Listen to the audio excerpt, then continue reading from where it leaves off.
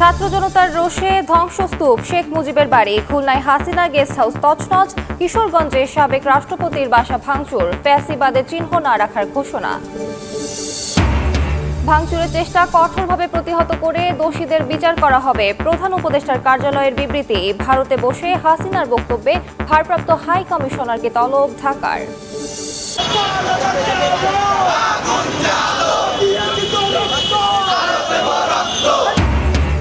অবৈধ অস্ত্র উদ্ধার ও নিষিদ্ধ ছাত্রলীগ সদস্যদের গ্রেফতার দাবি বৈষম্য বিরোধীদের। লুটের বন্দুক দিয়ে হামলায় ফ্যাসিবাদীরা, দাবি উপদেষ্টা আসিফের, অভিযানের নির্দেশনা। রাষ্ট্রের বিরুদ্ধে ষড়যন্ত্রের অভিযোগে মেহের আফরোজ শাওনের পর আরেক অভিনেত্রী সোহানা সাবা আটক, জিজ্ঞাসাবাদের জন্য ঢাকা মহানগর গোয়েন্দা পুলিশের হেফাজতে।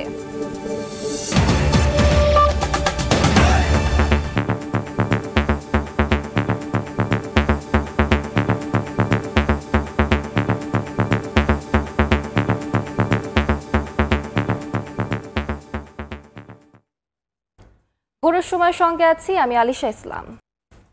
ছাত্র জনতার রোষানলে ধ্বংসস্তূপে পরিণত হয়েছে ধানমন্ডি ৩২ নম্বরের শেখ মুজিবের বাড়ি। ফ্যাসিবাদের চিহ্ন না রাখার ঘোষণা দিয়ে বুলডোজার কর্মসূচি চলছে বিক্ষুব্ধ ছাত্র জনতার। স্বৈরাচারীর প্রতীক আখ্যা দিয়ে এই ভবন ভেঙে ফেলায় সন্তুষ্ট তারা। একই সঙ্গে জায়গাটি জনকল্যাণে ব্যবহার করার দাবি জানানো হয়। জুলাই হত্যাকাণ্ডের বিচার ত্বরান্বিত করার তাগিদ ছাত্র জনতার।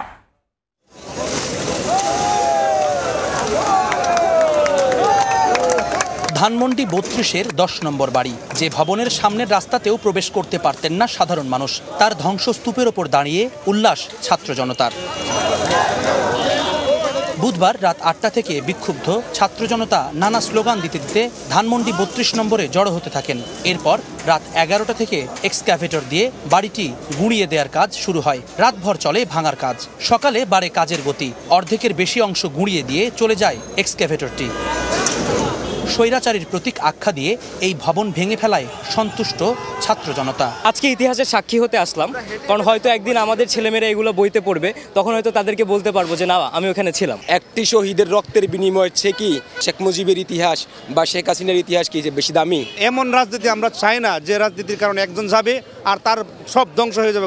আমাদের কষ্টের টাকা, আমাদের বাবা মায়ের কষ্টের টাকা যেভাবে তারা নিয়ে গিয়েছে, মানুষের অনেক ক্ষোভ রয়ে আছে এটার মধ্যে। আসলে শেষ রক্তবিন্দু দিয়ে হলো আমাদের দেশের স্বাধীনতাকে আমরা অক্ষুণ্ণ রাখার জন্য যখন যেটা প্রয়োজন সেটাই সিদ্ধান্ত নেব এবং ইনশাআল্লাহ বাস্তবায়ন করব। আগামীতে কেউ যেন ফ্যাসিস্ট হয়ে না ওঠে, এই কারণে স্বৈরাচারীর সব প্রতীক ধ্বংস করার দাবি সাধারণ মানুষের। একই সঙ্গে জায়গাটি জনকল্যাণে ব্যবহার করার দাবি জানান আগতরা। জুলাই হত্যাকাণ্ডের বিচার ত্বরান্বিত করারও তাগিদ তাদের। যারা ভবিষ্যতে ক্ষমতায় আসবে তারাও যেন এই থেকে শিক্ষা গ্রহণ করবে। ফাঁসি ছাড়া কোনো পথ নাই, তার ফাঁসি হবে, তারপরে আমরা শান্তি পাবো। আমি মনে করি এই জায়গাটার একটা সুষ্ঠু ব্যবহার করা দরকার। ঘটনার সূত্রপাত বুধবার নিষিদ্ধ ঘোষিত সংগঠন ছাত্রলীগের ভার্চুয়াল অনুষ্ঠানে যুক্ত হয়ে ক্ষমতাচ্যুত প্রধানমন্ত্রী শেখ হাসিনার ভাষণের ঘোষণার প্রতিবাদে মার্চ টু ধানমন্ডি ৩২ কর্মসূচির ডাক দেন বিক্ষুব্ধ ছাত্র জনতা। ধানমন্ডি ৩২-এর যেই ভবনের সামনের রাস্তাতেও সাধারণ মানুষ স্বাধীনভাবে চলাফেরা করতে পারতেন না, ছিল নিষেধাজ্ঞা। সেই ভবনটির ধ্বংসস্তূপে আজকে দাঁড়িয়ে আছেন ছাত্র জনতা। স্বৈরাচারের পতনের একটি নজির হয়ে থাকবে ধানমন্ডি ৩২-এর এই ভবন, আগামীর জন্য হয়ে থাকবে একটি শিক্ষার মাইল ফলক। ধানমন্ডি থেকে জুম্মান সাদিক, জ্যাভলিন, সময় সংবাদ, ঢাকা। এদিকে রাতেও জেলায় জেলায় চলে বুলডোজার কর্মসূচি। ফ্যাসিবাদের কোনো চিহ্ন না রাখার ঘোষণায় ঢাকার বাইরেও বাস্তবায়ন করা হয় এই কর্মসূচি। কিশোরগঞ্জে সাবেক রাষ্ট্রপতি আব্দুল হামিদের বাড়িতে ভাঙচুর ও অগ্নিসংযোগ করা হয়। নারায়ণগঞ্জে সাবেক সংসদ সদস্য শামীম ওসমানের বাড়ি, জামালপুরে মেহের আফরোজ শাওনের বাড়ি ও রাজশাহীর সাবেক পররাষ্ট্র প্রতিমন্ত্রী শাহরিয়ার আলমের বাড়িতে আগুন দিয়েছে বিক্ষুব্ধ জনতা। দিন পেরিয়ে রাতেও চলে বুলডোজার কর্মসূচি। দেশের মাটিতে ফ্যাসিবাদের চিহ্ন না রাখার ঘোষণা বিক্ষুব্ধ জনতার। এরই অংশ হিসেবে দ্বিতীয় দিনেও চালানো হয় মুরাল সহ বিভিন্ন স্থাপনা ভাঙচুর। ক্ষমতায় থাকাকালীন নিয়োগ বাণিজ্য ও সন্ত্রাসী কর্মকাণ্ড করার অভিযোগে কিশোরগঞ্জে সাবেক রাষ্ট্রপতি আব্দুল হামিদের বাসা ও জেলা আওয়ামী লীগের কার্যালয়ে ভাঙচুর ও অগ্নিসংযোগ করেছেন বিক্ষুব্ধ জনতা। এ সময় বিভিন্ন স্থানে শেখ মুজিবুর রহমানের মুরাল ভেঙে ফেলা হয়। খুলনার দিঘলিয়ায় শেখ হাসিনা ও শেখ রেহানার গেস্ট হাউস ভাঙচুর করা হয়েছে। স্থানীয়রা জানান, শেখ মুজিবুর পাকিস্তান আমলে তার স্ত্রীর নামে 1 একর 40% জমি কেনেন। পরবর্তীতে এই সম্পত্তির মালিক হন শেখ হাসিনা ও শেখ রেহানা। বৃহস্পতিবার রাতে ভাঙা হয় বাড়িটির বিভিন্ন স্থাপনা। বগুড়ায় আওয়ামী লীগ জাতীয় পার্টি ও জাসদ অফিসে ভাঙচুর চালিয়েছে বিক্ষুব্ধ ছাত্র জনতা। এ সময় সংগঠন 3টির কার্যালয় থেকে আসবাবপত্র বের করে অগ্নিসংযোগ করা হয়।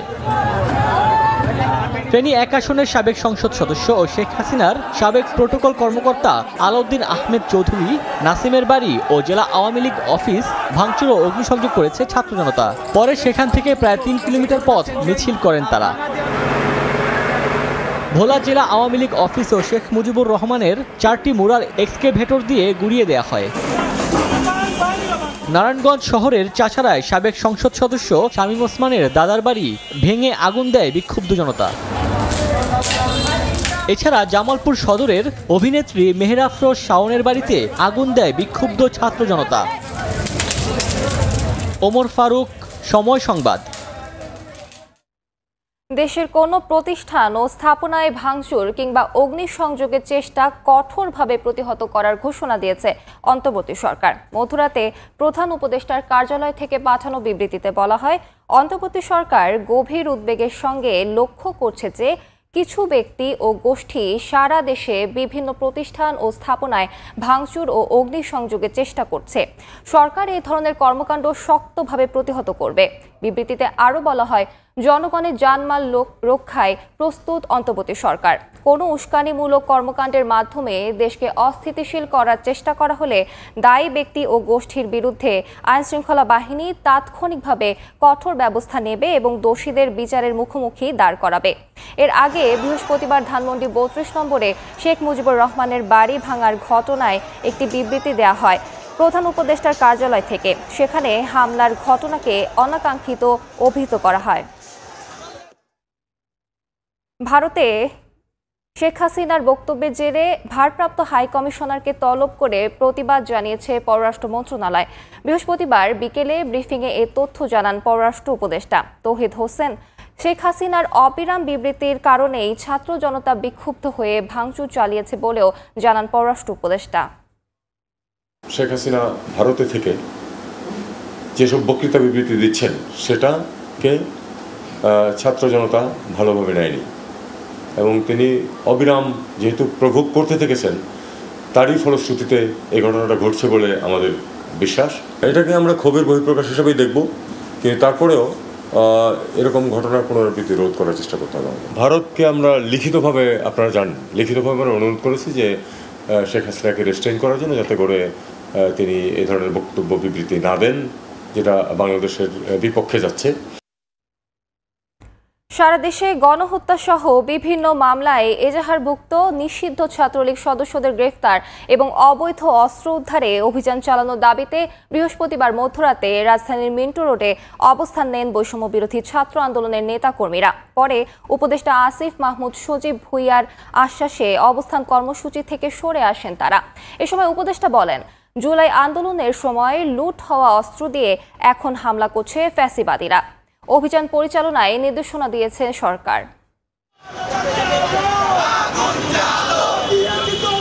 বৃহস্পতিবার দিবাগত রাত 12:30টার দিকে বৈষম্য বিরোধী ছাত্র আন্দোলনের মুখ্য সংগঠক আব্দুল হান্নান মাসুদের নেতৃত্বে বাংলা মোটর থেকে রওনা দেন শিক্ষার্থীরা। পুলিশের বাধায় রাত 1:45টার দিকে মিন্টো রোডের মাথায় বসে পড়েন তারা।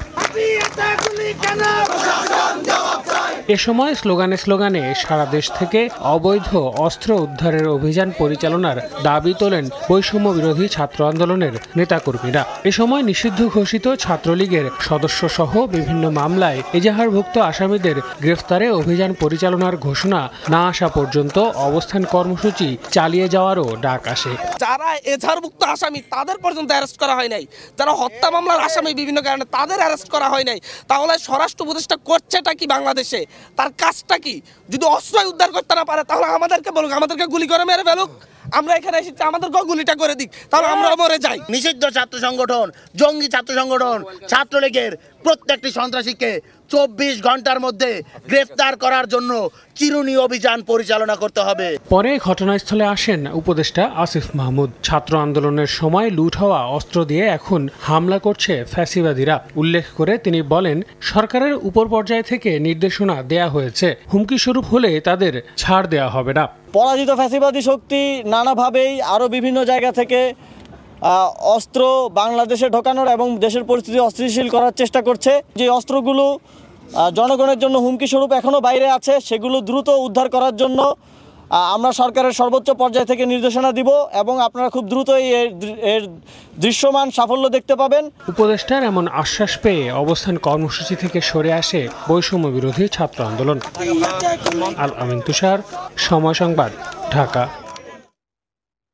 ধানমন্ডি ৩২ নম্বরের ঘটনায় ভারতের হস্তক্ষেপ আছে কিনা খতিয়ে দেখার পরামর্শ বিএনপি স্থায়ী কমিটির সদস্য হাফিজ উদ্দিন আহমেদের। দলটির নেতাদের অভিযোগ, ভারতে বসে দেশে বিশৃঙ্খলা উস্কে দিচ্ছেন শেখ হাসিনা। ষড়যন্ত্র ঠেকাতে দ্রুত নির্বাচন দেওয়ার আহ্বান তাদের। ধানমন্ডি ৩২ আওয়ামী লীগের ইতিহাস বহন করছে শেখ মুজিবের বাসভবন ও জাদুঘর। গণহত্যার অভিযোগে বিতাড়িত শেখ হাসিনা ও পুরো আওয়ামী লীগকে নিশ্চিহ্ন করতেই ছাত্র জনতার রোষানলে গুড়িয়ে দেওয়া হয় ভবনটি।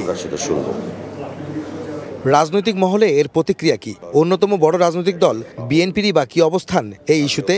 এখনই মুখ খুলতে না চাইলেও জাতীয় প্রেস ক্লাবে এক আলোচনায় দলটির নেতারা শঙ্কা প্রকাশ করেন, দেশ ভালো দিকে যাচ্ছে না। যত দ্রুত সম্ভব জাতীয় নির্বাচনের ব্যবস্থা করে নির্বাচিত জনপ্রতিনিধির হাতে ক্ষমতা দিলে পরেই তখন আমরা মনে করব যে হ্যাঁ, সত্যিকার অর্থেই গণতন্ত্র এখন সঠিক একটা পথে উঠেছে।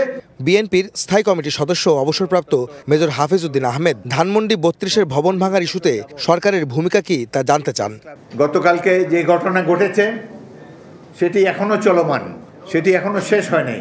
এটি কারা করেছে এই তথ্য আমাদের কাছে নাই। এতে সরকারের কি ভূমিকা ছিল সেই তথ্য আমাদের কাছে নাই। বিশেষ করে এর মধ্যে প্রতিবেশী রাষ্ট্রের কোনো হস্তক্ষেপ আছে কিনা সেটিও আমরা জানার চেষ্টা করব। গণতন্ত্র বিরোধীদের ষড়যন্ত্র অব্যাহত আছে দাবি করে মেজর হাফিজ বলেন, এই বছরের মধ্যে নির্বাচন হওয়া প্রয়োজন। সরকারকে এ ব্যাপারে দ্রুত ব্যবস্থা নেওয়ার তাগিদ দেন তিনি। এই বছরের মধ্যে পার্লামেন্ট নির্বাচন অনুষ্ঠিত হওয়া প্রয়োজন। জনগণ মত প্রকাশ করবে স্বাধীনভাবে, একটি সুষ্ঠু নিরপেক্ষ নির্বাচনের মাধ্যমে তারা তাদের প্রতিনিধি বেছে নেবেন। সংস্কারের নামে সময় ক্ষেপণ না করার আহ্বান জানিয়ে বিএনপি নেতারা বলেন, ফ্যাসিস্টরা এখনো সক্রিয়, তাই হাসিনা বিরোধী জাতীয় ঐক্য প্রয়োজন। আহমেদ সালেহিন, সময় সংবাদ, ঢাকা। শেখ হাসিনার বিরুদ্ধে রাষ্ট্রীয় শত শত কোটি টাকা অপচয় করে বিদেশ ভ্রমণ ও ডক্টরেট ডিগ্রি অর্জনের অভিযোগ অনুসন্ধানে নেমেছে দুদক। সংস্থাটি বলছে, গত 5 বছরে শেখ হাসিনার বিদেশ সফরে বিমান বাংলাদেশের খরচ হয়েছে 200 কোটি টাকা। এছাড়া দুদকের গোয়েন্দা অনুসন্ধানে উঠে এসেছে সরকারি লবিস্ট নিয়োগ ও স্বার্থ পরিপন্থী চুক্তির মাধ্যমে বিভিন্ন দেশ থেকে ডিগ্রি গ্রহণের। সাবেক প্রধানমন্ত্রী শেখ হাসিনা বিদেশ সফরে গেলে বিমান বাংলাদেশ এয়ারলাইন্সের অত্যাধুনিক উড়োজাহাজ ব্যবহার করতেন সরকারি টাকায়। দুদক বলছে, টানা 16 বছর ক্ষমতায় থাকাকালে জাতিসংঘের অধিবেশনে সরকার প্রধান হিসেবে যোগ দিতেন সফরসঙ্গীদের বিশাল বহর নিয়ে। দুদক জানায়, 2019 থেকে 2024 সাল পর্যন্ত 5 বছরে রাষ্ট্রীয় বিমান সংস্থাটি 250 কোটি টাকা ব্যয়ে 48টি ভিভিআইপি ফ্লাইট পরিচালনা করেছে। এসব সফরে শেখ হাসিনা ব্যয় করেছেন প্রায় 200 কোটি টাকা। প্রয়োজনের অতিরিক্ত জনবল নিয়ে বিদেশ ভ্রমণ, যেখানে নীতিমালা বহির্ভূত কিছু রয়েছে কিনা এবং সেখানে সরকারি অর্থের অপচয় হয়েছে কিনা, এই বিষয়গুলো যাচাইয়ের জন্যই প্রকাশ্য অনুসন্ধানের সিদ্ধান্ত গৃহীত হয়েছে। এদিকে জাতীয় স্বার্থের পরিপন্থী চুক্তি এবং সরকারি অর্থের বিনিময়ে লবিস্ট নিয়োগ করে ভারতের ত্রিপুরা, বিশ্বভারতীয় বিশ্ববিদ্যালয় এবং বেলজিয়াম থেকে ডক্টরেট ডিগ্রি নেওয়ার গোয়েন্দা তথ্য পেয়েছে দুদক, যার ভিত্তিতে ভুয়া ডক্টরেট ডিগ্রি অর্জনের কারণ খতিয়ে দেখবে সংস্থাটি।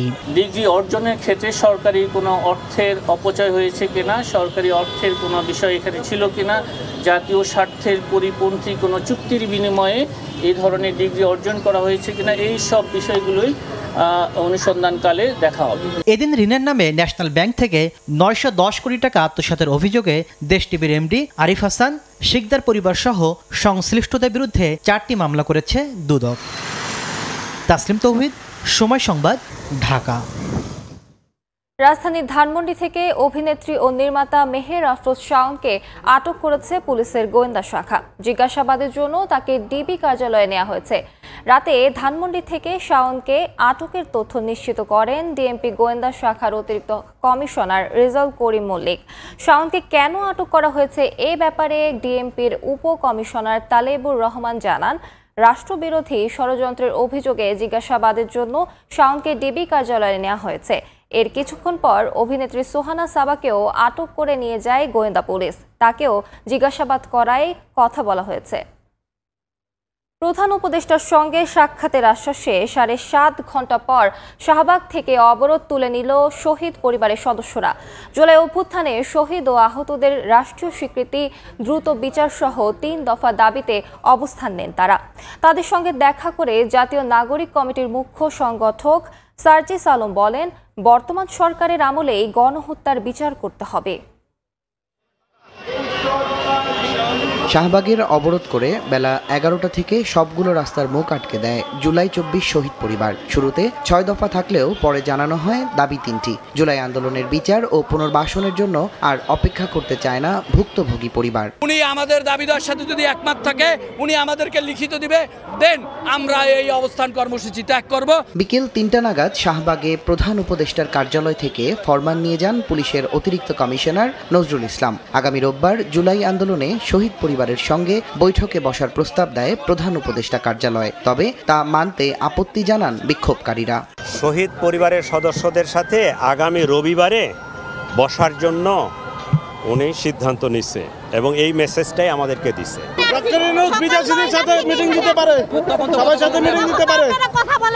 সন্ধ্যার দিকে শাহবাগ মোড়ে যান জাতীয় নাগরিক কমিটির মুখ্য সংগঠক সার্জিস আলম। দাবি আদায়ের বিষয়ে বিক্ষোভকারীদের সঙ্গে কথা বলেন তিনি। অভ্যুত্থানের সমন্বয়কারী ও প্রধান উপদেষ্টার সঙ্গে সাক্ষাতের আশ্বাসে অবরোধ তুলে নেন বিক্ষোভকারীরা। পরে সার্জিস আলম বলেন, শহীদ পরিবারের যৌক্তিক দাবি অনুযায়ী স্বৈরাচারের দোষরদের বিচার করা না হলে সেটি হবে এই সরকারের বড় সীমাবদ্ধতা। এই খুনি হাসিনা এবং তার যেই দোসররা বাংলাদেশে আমার এই হাজার হাজার ভাইকে শহীদ করেছে, রক্তাক্ত করেছে, খুন করেছে, যদি এই খুনি হাসিনা এবং তাদের দোসরদের বিচার করতে না পারা যায় তবে সেটি হবে এই সরকারের সবচেয়ে বড় সীমাবদ্ধতা। অবরোধের কারণে দীর্ঘ সময় গাড়ি আটকে থাকায় শাহবাগ সহ আশেপাশের সড়কে তৈরি হয় যানজট। তুষার আহমেদ ইমন, সময় সংবাদ, ঢাকা। 1875 সালে প্রতিষ্ঠিত মাদারীপুর পৌরসভা 1991 সালে প্রথম শ্রেণীতে উন্নীত হয়। অথচ এই পৌরসভায় নেই কোনো ডাম্পিং স্টেশন। তাই 2টি মহাসড়কের পাশেই ফেলা হচ্ছে ময়লা আবর্জনা। 7 বছরেরও বেশি সময় ধরে এই কার্যক্রম চালিয়ে যাওয়ায় ক্ষুব্ধ যাত্রী, চালক ও এলাকাবাসী। এতে দূষিত হচ্ছে পরিবেশ, বাড়ছে স্বাস্থ্য ঝুঁকি। এদিকে 5 একর জমিতে আধুনিক ডাম্পিং স্টেশন নির্মাণের প্রকল্প হাতে নেওয়া হয়েছে বলে জানিয়েছেন পৌর প্রশাসক সঞ্জয় কর্মকার অভিজিৎ। এর রিপোর্ট, ছবি তুলেছেন শাহাদাত আকন। মাদারীপুর শহরের শকুনি মৌজায় গণপূর্ত বিভাগের অফিস। এর সামনে এখন ময়লার ভাগাড়। অথচ মাদারীপুর শরীয়তপুর মহাসড়ক দিয়ে প্রতিদিন হাজার হাজার যানবাহন চলাচল করে। শহরের ময়লা একসঙ্গে এখানে স্তূপ করে রাখায় ছড়াচ্ছে দুর্গন্ধ। একই চিত্র সড়কটির 4 লেনের খাগড়ি এলাকায়। এখানে জমানো ময়লা পুড়িয়ে ফেলায় বাতাসের সঙ্গে বিষাক্ত ধোঁয়া আশপাশে ছড়িয়ে পড়ছে। নষ্ট হচ্ছে পরিবেশ, বাড়ছে স্বাস্থ্য ঝুঁকি। 5 বছর যাবত মেন রাস্তার উপর ময়লা হালায়, দুর্গন্ধ প্রচন্ড। আশপাশে বহুত স্কুল কলেজ রয়েছে, গন্ধে এখানে টেকাই যায় না। আর অফিসের পুরো গেটটা তারা ব্লক করে নিচ্ছে। আইসা 2-3 ঘন্টা কাজ করে চলে যায়, আবার ময়লা ফেলায়। এইভাবে হইতাছে, কিন্তু পুরো ক্লিন হয় না। ঢাকা বরিশাল মহাসড়কের সদর উপজেলার মোস্তফাপুর ইউনিয়নের বড়মেহের এলাকায় 7 বছর ধরে ফেলা হয় বর্জ্য।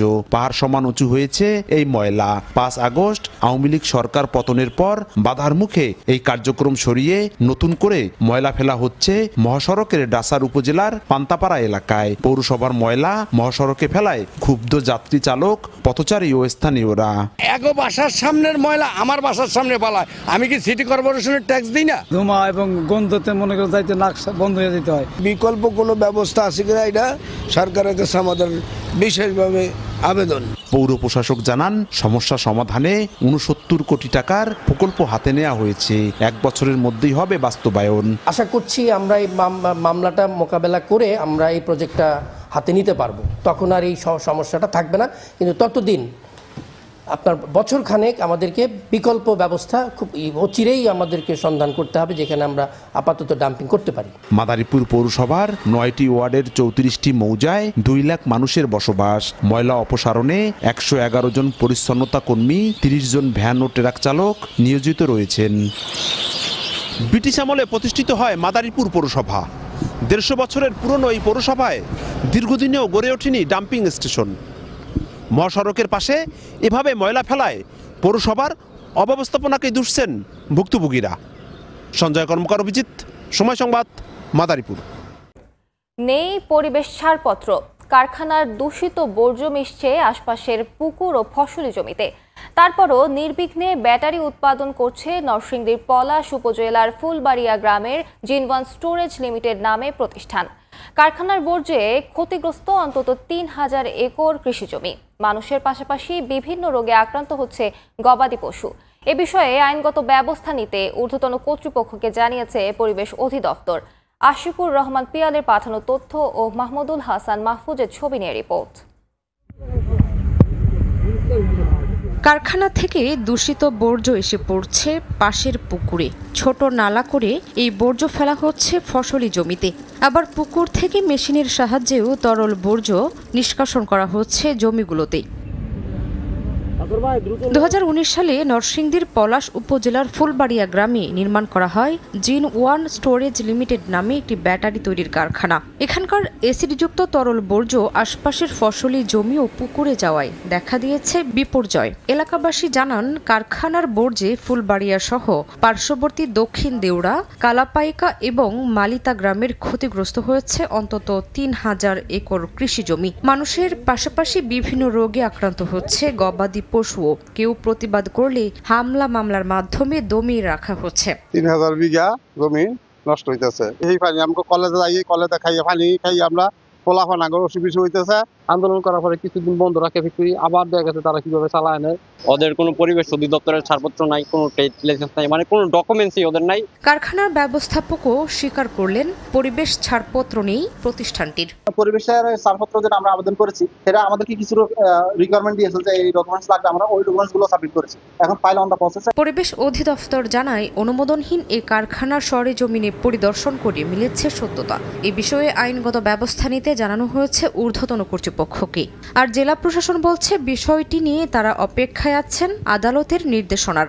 ওই এলাকার পরিবেশ দূষণ করছে মর্মে পরিবেশ অধিদপ্তর আমার কাছে প্রমাণিত হয়েছে। আমি তৎপ্রেক্ষিতে সেটা আমি জানিয়েছি হেডকোয়ার্টারকে এবং কারখানা বন্ধ করার জন্য, কারখানার যে ক্ষতি করেছে ওই এলাকার মানুষের সেই ক্ষতিপূরণ আদায় করার জন্য আমি সুপারিশ করেছি। হাইকোর্টের রায়কে তো অবজ্ঞা করা সম্ভব নয়। সেই ক্ষেত্রে আমাদের যদি এর রায়টা পর্যবেক্ষণ করে কোনো ক্লজ থাকে যে যেখানে আমাদের ব্যবস্থা গ্রহণ সম্ভব, সেটা।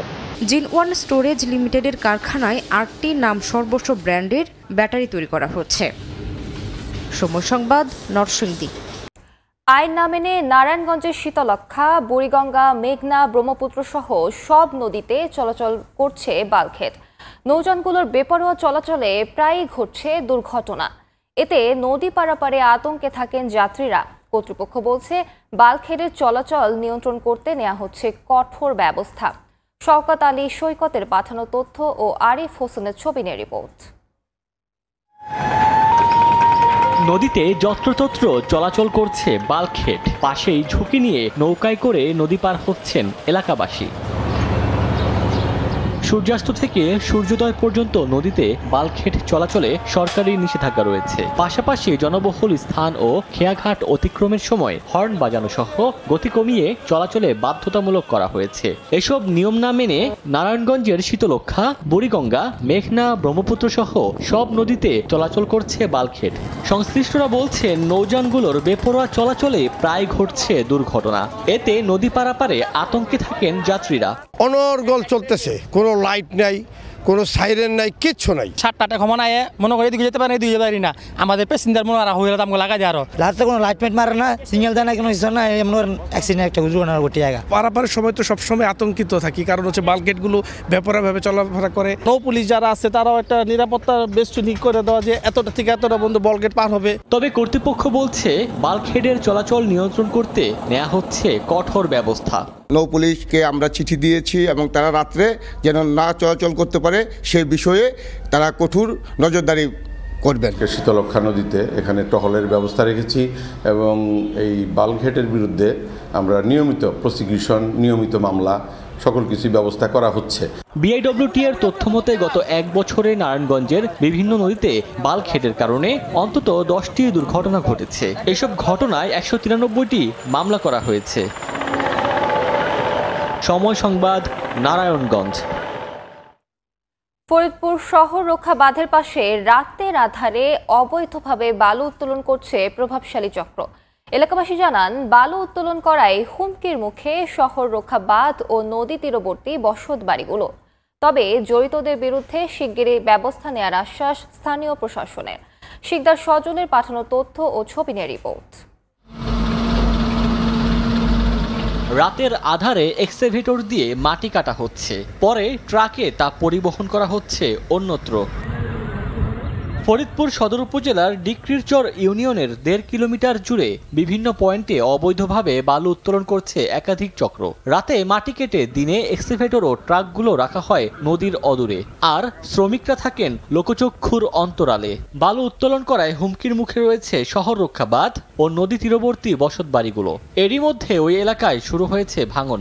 মানা করি শুনলাম, আমার পাশের জমিনওয়ালা জমি নিজে কাইটে নিয়ে গেছে, কাইটে নিয়ে প্রতি বছর কাইটে নিয়ে যার ভাঙিয়া পরে সারা রাতি কাটে, দিনের বেলা কোনো কাটার কোনো সিস্টেম নেই। এখন যদি বালিঘাটের পদ্মা তাই আসলে বরং আমরা আরো ক্ষতির ভেতরে পড়ে যাওয়ার সম্ভব থাকবে। কঠোর শাস্তির ব্যবস্থা চাই, আর আমাদের এখানে যাতে না কাটতে হবে সেই ব্যবস্থা যেন প্রশাসন নেয়।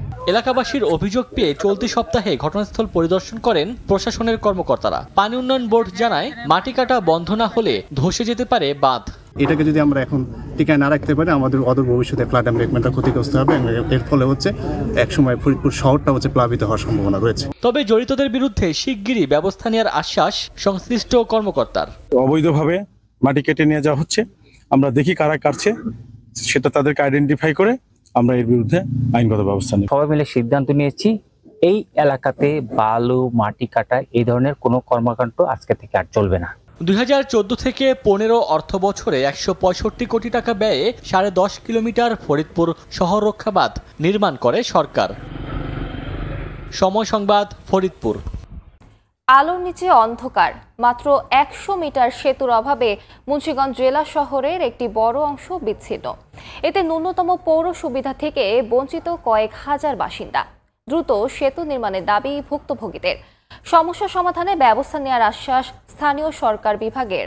নাসির উদ্দিন উজ্জ্বলের রিপোর্ট, ছবি তুলেছেন আবু সাইদ। ভোরের কুয়াশার মধ্যেই ঝুঁকি নিয়ে বাঁশের সেতু পারাপার। শিক্ষার্থী ও কর্মজীবী এমনকি উৎপাদিত পণ্য নিয়েও নড়বড়ে এই সেতু ব্যবহারে বাধ্য হচ্ছেন। পৌরসভার 7 নম্বর ওয়ার্ডের মোল্লারচরের কয়েক হাজার মানুষের চলাচলের একমাত্র অবলম্বন এই কাঠ বাঁশের সেতু।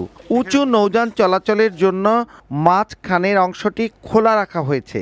ধলেশ্বরীর শাখা কালিদাস নদী মূল শহর থেকে বিচ্ছিন্ন করেছে মোল্লারচর এলাকা। শুধু সেতুর অভাবে জনপদটি এখনো অবহেলিত। দেখে বোঝার উপায় নেই প্রথম শ্রেণীর পৌরসভার অংশ এটি।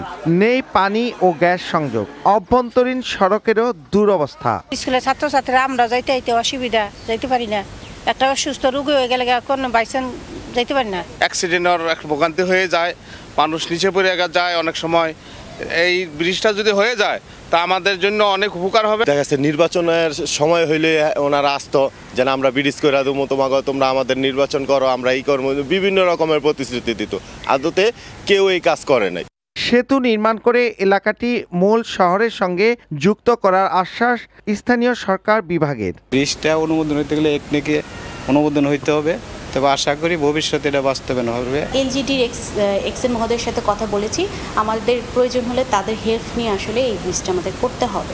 যেহেতু ওই জায়গাটা আমাদের বিচ্ছিন্ন, আমরা চেষ্টা করবো ইনশাল্লাহ। 2019 সালের 3 ফেব্রুয়ারি বাঁশ কাঠে তৈরি এই সেতু কয়েক দফা ভেঙে পড়লে দেয়া হয় জোড়াতালি। আলোর নিচে যেন অন্ধকার। স্বাধীনতার 53 বছরেও 100 মিটার দীর্ঘ এই সেতু নির্মাণ হয়নি, যার কারণে 2019 সালে বাঁশ এবং কাঠ দিয়ে তৈরি করা সেতু এখন ভাঙাচুরা, চলছে জোড়াতালি দিয়ে, তাই দুর্ভোগ লেগেই আছে। মুন্সিগঞ্জের মোল্লাচর থেকে নাসির উদ্দিন উজ্জ্বল, সময় সংবাদ। ভূমি অধিগ্রহণ জটিলতায় 5 বছরেও শুরু হয়নি শরীয়তপুর সদর থেকে ভেদেরগঞ্জ উপজেলার ইব্রাহিমপুর ফেরিঘাট সড়কটি। 4 লেনে উন্নীতকরণের কাজ, এর মধ্যে দরপত্র বাতিল করা হয়েছে কয়েক দফা। এদিকে সড়কটি দিয়ে চলাচলে চরম ভোগান্তি পোহাতে হচ্ছে যাত্রী ও পরিবহন সংশ্লিষ্টদের। শিগগিরই সংকট সমাধানের আশ্বাস সংশ্লিষ্ট দফতরের। বিএম ইশরাফিলের পাঠানো তথ্য ও ছবি নিয়ে রিপোর্ট। কোথাও উঠে গেছে কার্পেটিং, কোথাও রাস্তা দেবে গেছে। খানাখন্দে ভরা সড়কে ঝুঁকি নিয়ে চলছে যানবাহন। 2019 সালে শরীয়তপুর সদর থেকে ভেদরগঞ্জ উপজেলার ইব্রাহিমপুর ফেরিঘাট সড়কটি 4 লেনে উন্নীতকরণের প্রকল্প হাতে নেয় সরকার। সড়কটি শরীয়তপুর চাঁদপুর আঞ্চলিক মহাসড়ক নামে পরিচিত, কিন্তু গত 5 বছরেও ভূমি অধিগ্রহণ জটিলতায় প্রকল্পের কাজই শুরু হয়নি। এর মধ্যে দরপত্র বাতিল করা হয়েছে কয়েক দফায়। এদিকে 29 কিলোমিটার দীর্ঘ সড়কটি দিয়ে চলাচলে চরম ভোগান্তি পোহাতে হচ্ছে যাত্রী ও পরিবহন সংশ্লিষ্টদের। রাস্তার খারাপ হওয়ার কারণে সাধারণ মানুষের চলাফেরা অনেক ভোগান্তি। হাইটা গেলে মনে হয় মাজা ভেঙে যায়, পড়ে গেলে এমন পরিস্থিতি রাস্তা। একটা দেশের রাস্তাতে এরকম থাকা উচিত না। খুবই অসুবিধা হয়, এই মনে করেন গাড়ি চালানোই যায় না। 1 নম্বর 2 নম্বর 3 নম্বরের বেশি গিয়ারে লাগানো যায় না। ইঞ্জিনের ক্ষতি হয়, চেসিস ভাঙ্গে যায়, তারপরে রাস্তা জাম থাকে, পল্লি খায় গাড়ি রাস্তায় পড়ে জায়গা, নানান রকমের সমস্যা। ভাই এর একটা সরকারের একটা বিহিত করতে হবে। সড়ক বিভাগ জানায় প্রকল্পের ডিপিপি সংশোধন করে মন্ত্রণালয়ে পাঠানো হয়েছে, আর জেলা প্রশাসন বলছে শিগগিরই সমাধান করা হবে ভূমি অধিগ্রহণ জটিলতার। মেয়াদ বৃদ্ধি প্রয়োজন পড়বে এবং ডিপিপি সংশোধন করে টাকা বাড়ানোর প্রয়োজন পড়বে। তো এগুলো আমাদের উচ্চতর পর্যায়ের সিদ্ধান্ত অনুযায়ী এ ব্যাপারে কাজ করা হবে। আশা করছি যে আমরা সমন্বিতভাবে যদি কাজ করি তাহলে এই জনদুর্ভোগ আমরা খুব দ্রুত সময়ের মধ্যে আমরা সমাধান করে ফেলতে পারবো। সড়ক বিভাগের তথ্য মতে 4টি প্যাকেজে সড়কটি নির্মাণে প্রকল্প ব্যয় ধরা হয়েছে 868 কোটি টাকা। সময় সংবাদ, শরীয়তপুর। ভোরের সময় এই ছিল আমার কাছে। পরবর্তী সংবাদগুলো জানাতে সঙ্গে থাকবেন আমিরুল ইসলাম আলী। আলিশা, আপনাকে ধন্যবাদ। পরবর্তী সংবাদগুলো নিয়ে ফিরছি কিছুক্ষণ পরই।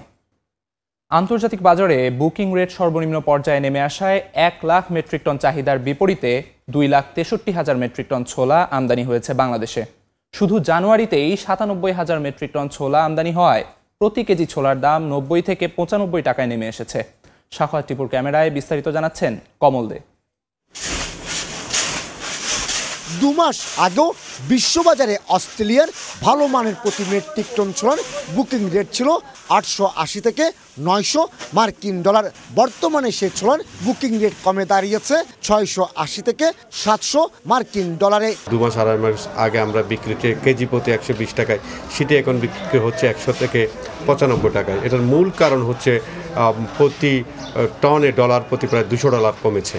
চট্টগ্রাম কাস্টম হাউজের তথ্য মতে 2024 সালের পুরো বছরে 1,66,000 মেট্রিক টন ছোলা আমদানি হলো। চলতি বছরের জানুয়ারি মাসে এককভাবে 97,181 মেট্রিক টন ছোলা আমদানি হয়েছে। এক্ষেত্রে সিন্ডিকেট যদি না কাজ করে থাকে এবং সরকার যদি যথেষ্ট এখানে কন্ট্রোল করতে পারে, সাধারণ মানুষ খুবই রিজনেবল প্রাইসে ছোলা কিনতে পারবে বলে আমরা আশা করছি। পাইকারি পর্যায়ে বর্তমানে ভালো মানের প্রতি কেজি ছোলা 90 থেকে 95 টাকায় বিক্রি হচ্ছে। শুধুমাত্র প্রিমিয়াম কোয়ালিটির জবা ও সূর্যমুখী ব্র্যান্ডের ছোলার দর 102 টাকা।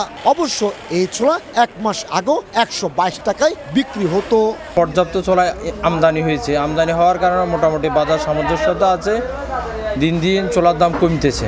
2 বছর আগে ডলার সংকটের মুখে অস্ট্রেলিয়া থেকে ছোলা আমদানি কমে যাওয়ার সুযোগকে কাজে লাগিয়ে টিউনিশিয়া এবং ইথিওপিয়া থেকে আনা ছোলা বাংলাদেশে 100 মার্কিন ডলার বাড়তি দরে বিক্রি করত ভারত। সাম্প্রতিক সময়ে অস্ট্রেলিয়া থেকে সরাসরি ছোলা আসার পরিমাণ বাড়ায় বন্ধ হয়ে গেছে ভারতের এই কৌশল। অ্যাভেলেবেল এলসি করতে পারত না গ্রুপ ইন্ডাস্ট্রির মালিক ছাড়া। বর্তমানে আল্লাহর রহমতে এখন ছোটো বড় সবাই এলসি করার সুযোগটা পাচ্ছে, সেই জন্য গিয়ে অ্যাভেলেবেল এলসি হওয়ার কারণেই ছোলার বাজার এখন মোটামুটি স্থিতিশীল আছে। রেকর্ড আমদানি হলো কৃষি পণ্য হিসেবে ছোলা আমদানিতে কোনো শুল্ক পায় না চট্টগ্রাম কাস্টম হাউস। আসন্ন রমজানে বাজারে যেমন ছোলার সংকট হবে না, তেমনি দামও থাকবে নিয়ন্ত্রণে, এমনটি বলছেন ব্যবসায়ীরা। চট্টগ্রামের খাতুনগঞ্জ থেকে কমল দে, সময় সংবাদ। দেশের সবচেয়ে দামি খেজুর গুড় মানিকগঞ্জের হাজারি। স্বাদে ও ঘ্রাণে অতুলনীয় হওয়ায় দেশের বাইরেও রয়েছে এর চাহিদা। তবে গাছিরা বলছেন উৎপাদন খরচ বাড়ায় লাভ কমে গেছে। এই গুড়কে টিকিয়ে রাখতে চেষ্টা চলছে বলে জানান জেলা প্রশাসক। মোহাম্মদ ইউসুফ আলীর পাঠানো তথ্য ও রমজান আলীর ছবি নিয়ে রিপোর্ট। ভোরে সূর্যের আভা ফুটে ওঠার আগেই শুরু হয় গাছিদের ব্যস্ততা। গাছ থেকে রস সংগ্রহ করে তা জাল দেয়া হয় বড় পাত্রে। বেলা বাড়ার সঙ্গে সঙ্গে চলে রস প্রক্রিয়াজাতের কাজ। এক পর্যায়ে নির্ধারিত পাত্রে ঢেলে ঠান্ডা করে তৈরি করা হয় মুখরোচক খেজুর গুড়। মানিকগঞ্জের হরিরামপুর উপজেলায় 4টি ইউনিয়নের 30টি পরিবারে চলছে ঐতিহ্যবাহী হাজারি গুড় তৈরি। স্বাদে ও ঘ্রাণে অতুলনীয় হওয়ায় দেশ ও দেশের বাইরেও রয়েছে এর চাহিদা। 10 থেকে 12 কেজি রসে তৈরি হয় মাত্র 1 কেজি গুড়। প্রতি কেজি বিক্রি হচ্ছে 1800 থেকে 2200 টাকায়। অনেকে দূর দূরান্ত থেকে এসে ভোরেই ভিড় করেন বাড়িগুলোতে। এই গুড় অনেক স্বাদ আর এই গুড় অনেক দাম। 2200 টাকা কেজি, সিরিয়ালই পায় না, এই জায়গায় গন্ধ হয়। এই গুড়টা ভালো এবং একদম আনকমন, সবসময় পাওয়া যায় না। শীতের সময় এই গুড়টা পাওয়া যায়। টাকা থাকলেও এই গুড়টা আমরা পাই না, তো এই গুড় স্বাদে মানে অনন্য, এজন্যই কিনতে আসছি। গাছিরা বলছেন উৎপাদন খরচ বাড়ায় লাভ কমে গেছে। তাফালে দিয়ে গরম করা হয়, গরম করে উঠিয়ে এক হাঁড়ি করে ভরণ দেওয়া হয়। চাহিদা তো মিটাইবার গেলে তো আমরা কুলাই পারতেছি না, এখন 1600-1800 টাকা বিক্রি করতেছি। এটা সব রসের গুড় হবে না, এই গাছ আগে থেকে প্রক্রিয়া করে নিতে হবে বা গাছ তৈরি করে নিতে হবে, তাছাড়া এই গাছের সব গাছের গুড়ের এই হাজার গুড় হবে না। বিশেষে গুড়ের উৎপাদন বৃদ্ধির জন্য সব ধরনের সহযোগিতার আশ্বাস জেলা প্রশাসনের। এই বিশেষ ধরনের গুড় উৎপাদনের যে বিশেষ প্রক্রিয়া, পাশাপাশি এই হাজারি গুড়ের নামে যাতে কেউ ভেজাল হাজারি গুড় বিক্রি করতে না পারে সিল তৈরি করে বা অন্য কোনো উপায়ে, সেই বিষয়গুলো আমরা নজর রাখব। জেলা প্রশাসনের তথ্য মতে হরিরামপুর উপজেলায় হাজারি গুড় তৈরির রস আহরণের জন্য মাত্র 3000 খেজুর গাছ রয়েছে। সময় সংবাদ, মানিকগঞ্জ। বিভিন্ন সময়ে চুরি ও ছিনতাই হওয়া 106টি মোবাইল ফোন উদ্ধার করে মালিকদের কাছে ফিরিয়ে দিয়েছে তেজগাঁও শিল্পাঞ্চল থানা পুলিশ। সাধারণ ডায়েরির সূত্র ধরে বিভিন্ন সময় হারিয়ে যাওয়া মোবাইলগুলো উদ্ধার করা হয়।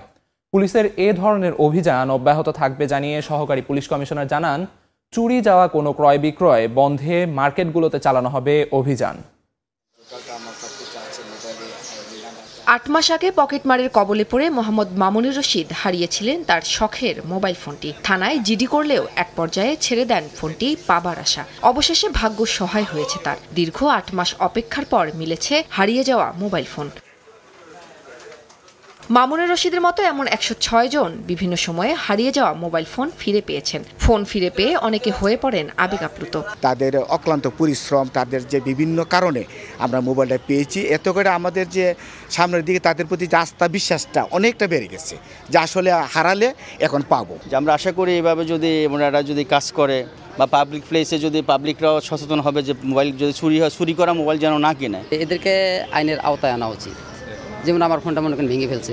বৃহস্পতিবার তেজগাঁও শিল্পাঞ্চল থানায় সংবাদ সম্মেলনে তথ্য প্রমাণের মাধ্যমে বিভিন্ন সময়ে চুরি ও ছিনতাই হওয়া 106টি মোবাইল ফোন উদ্ধার করে মালিকদের কাছে ফিরিয়ে দেয় পুলিশ।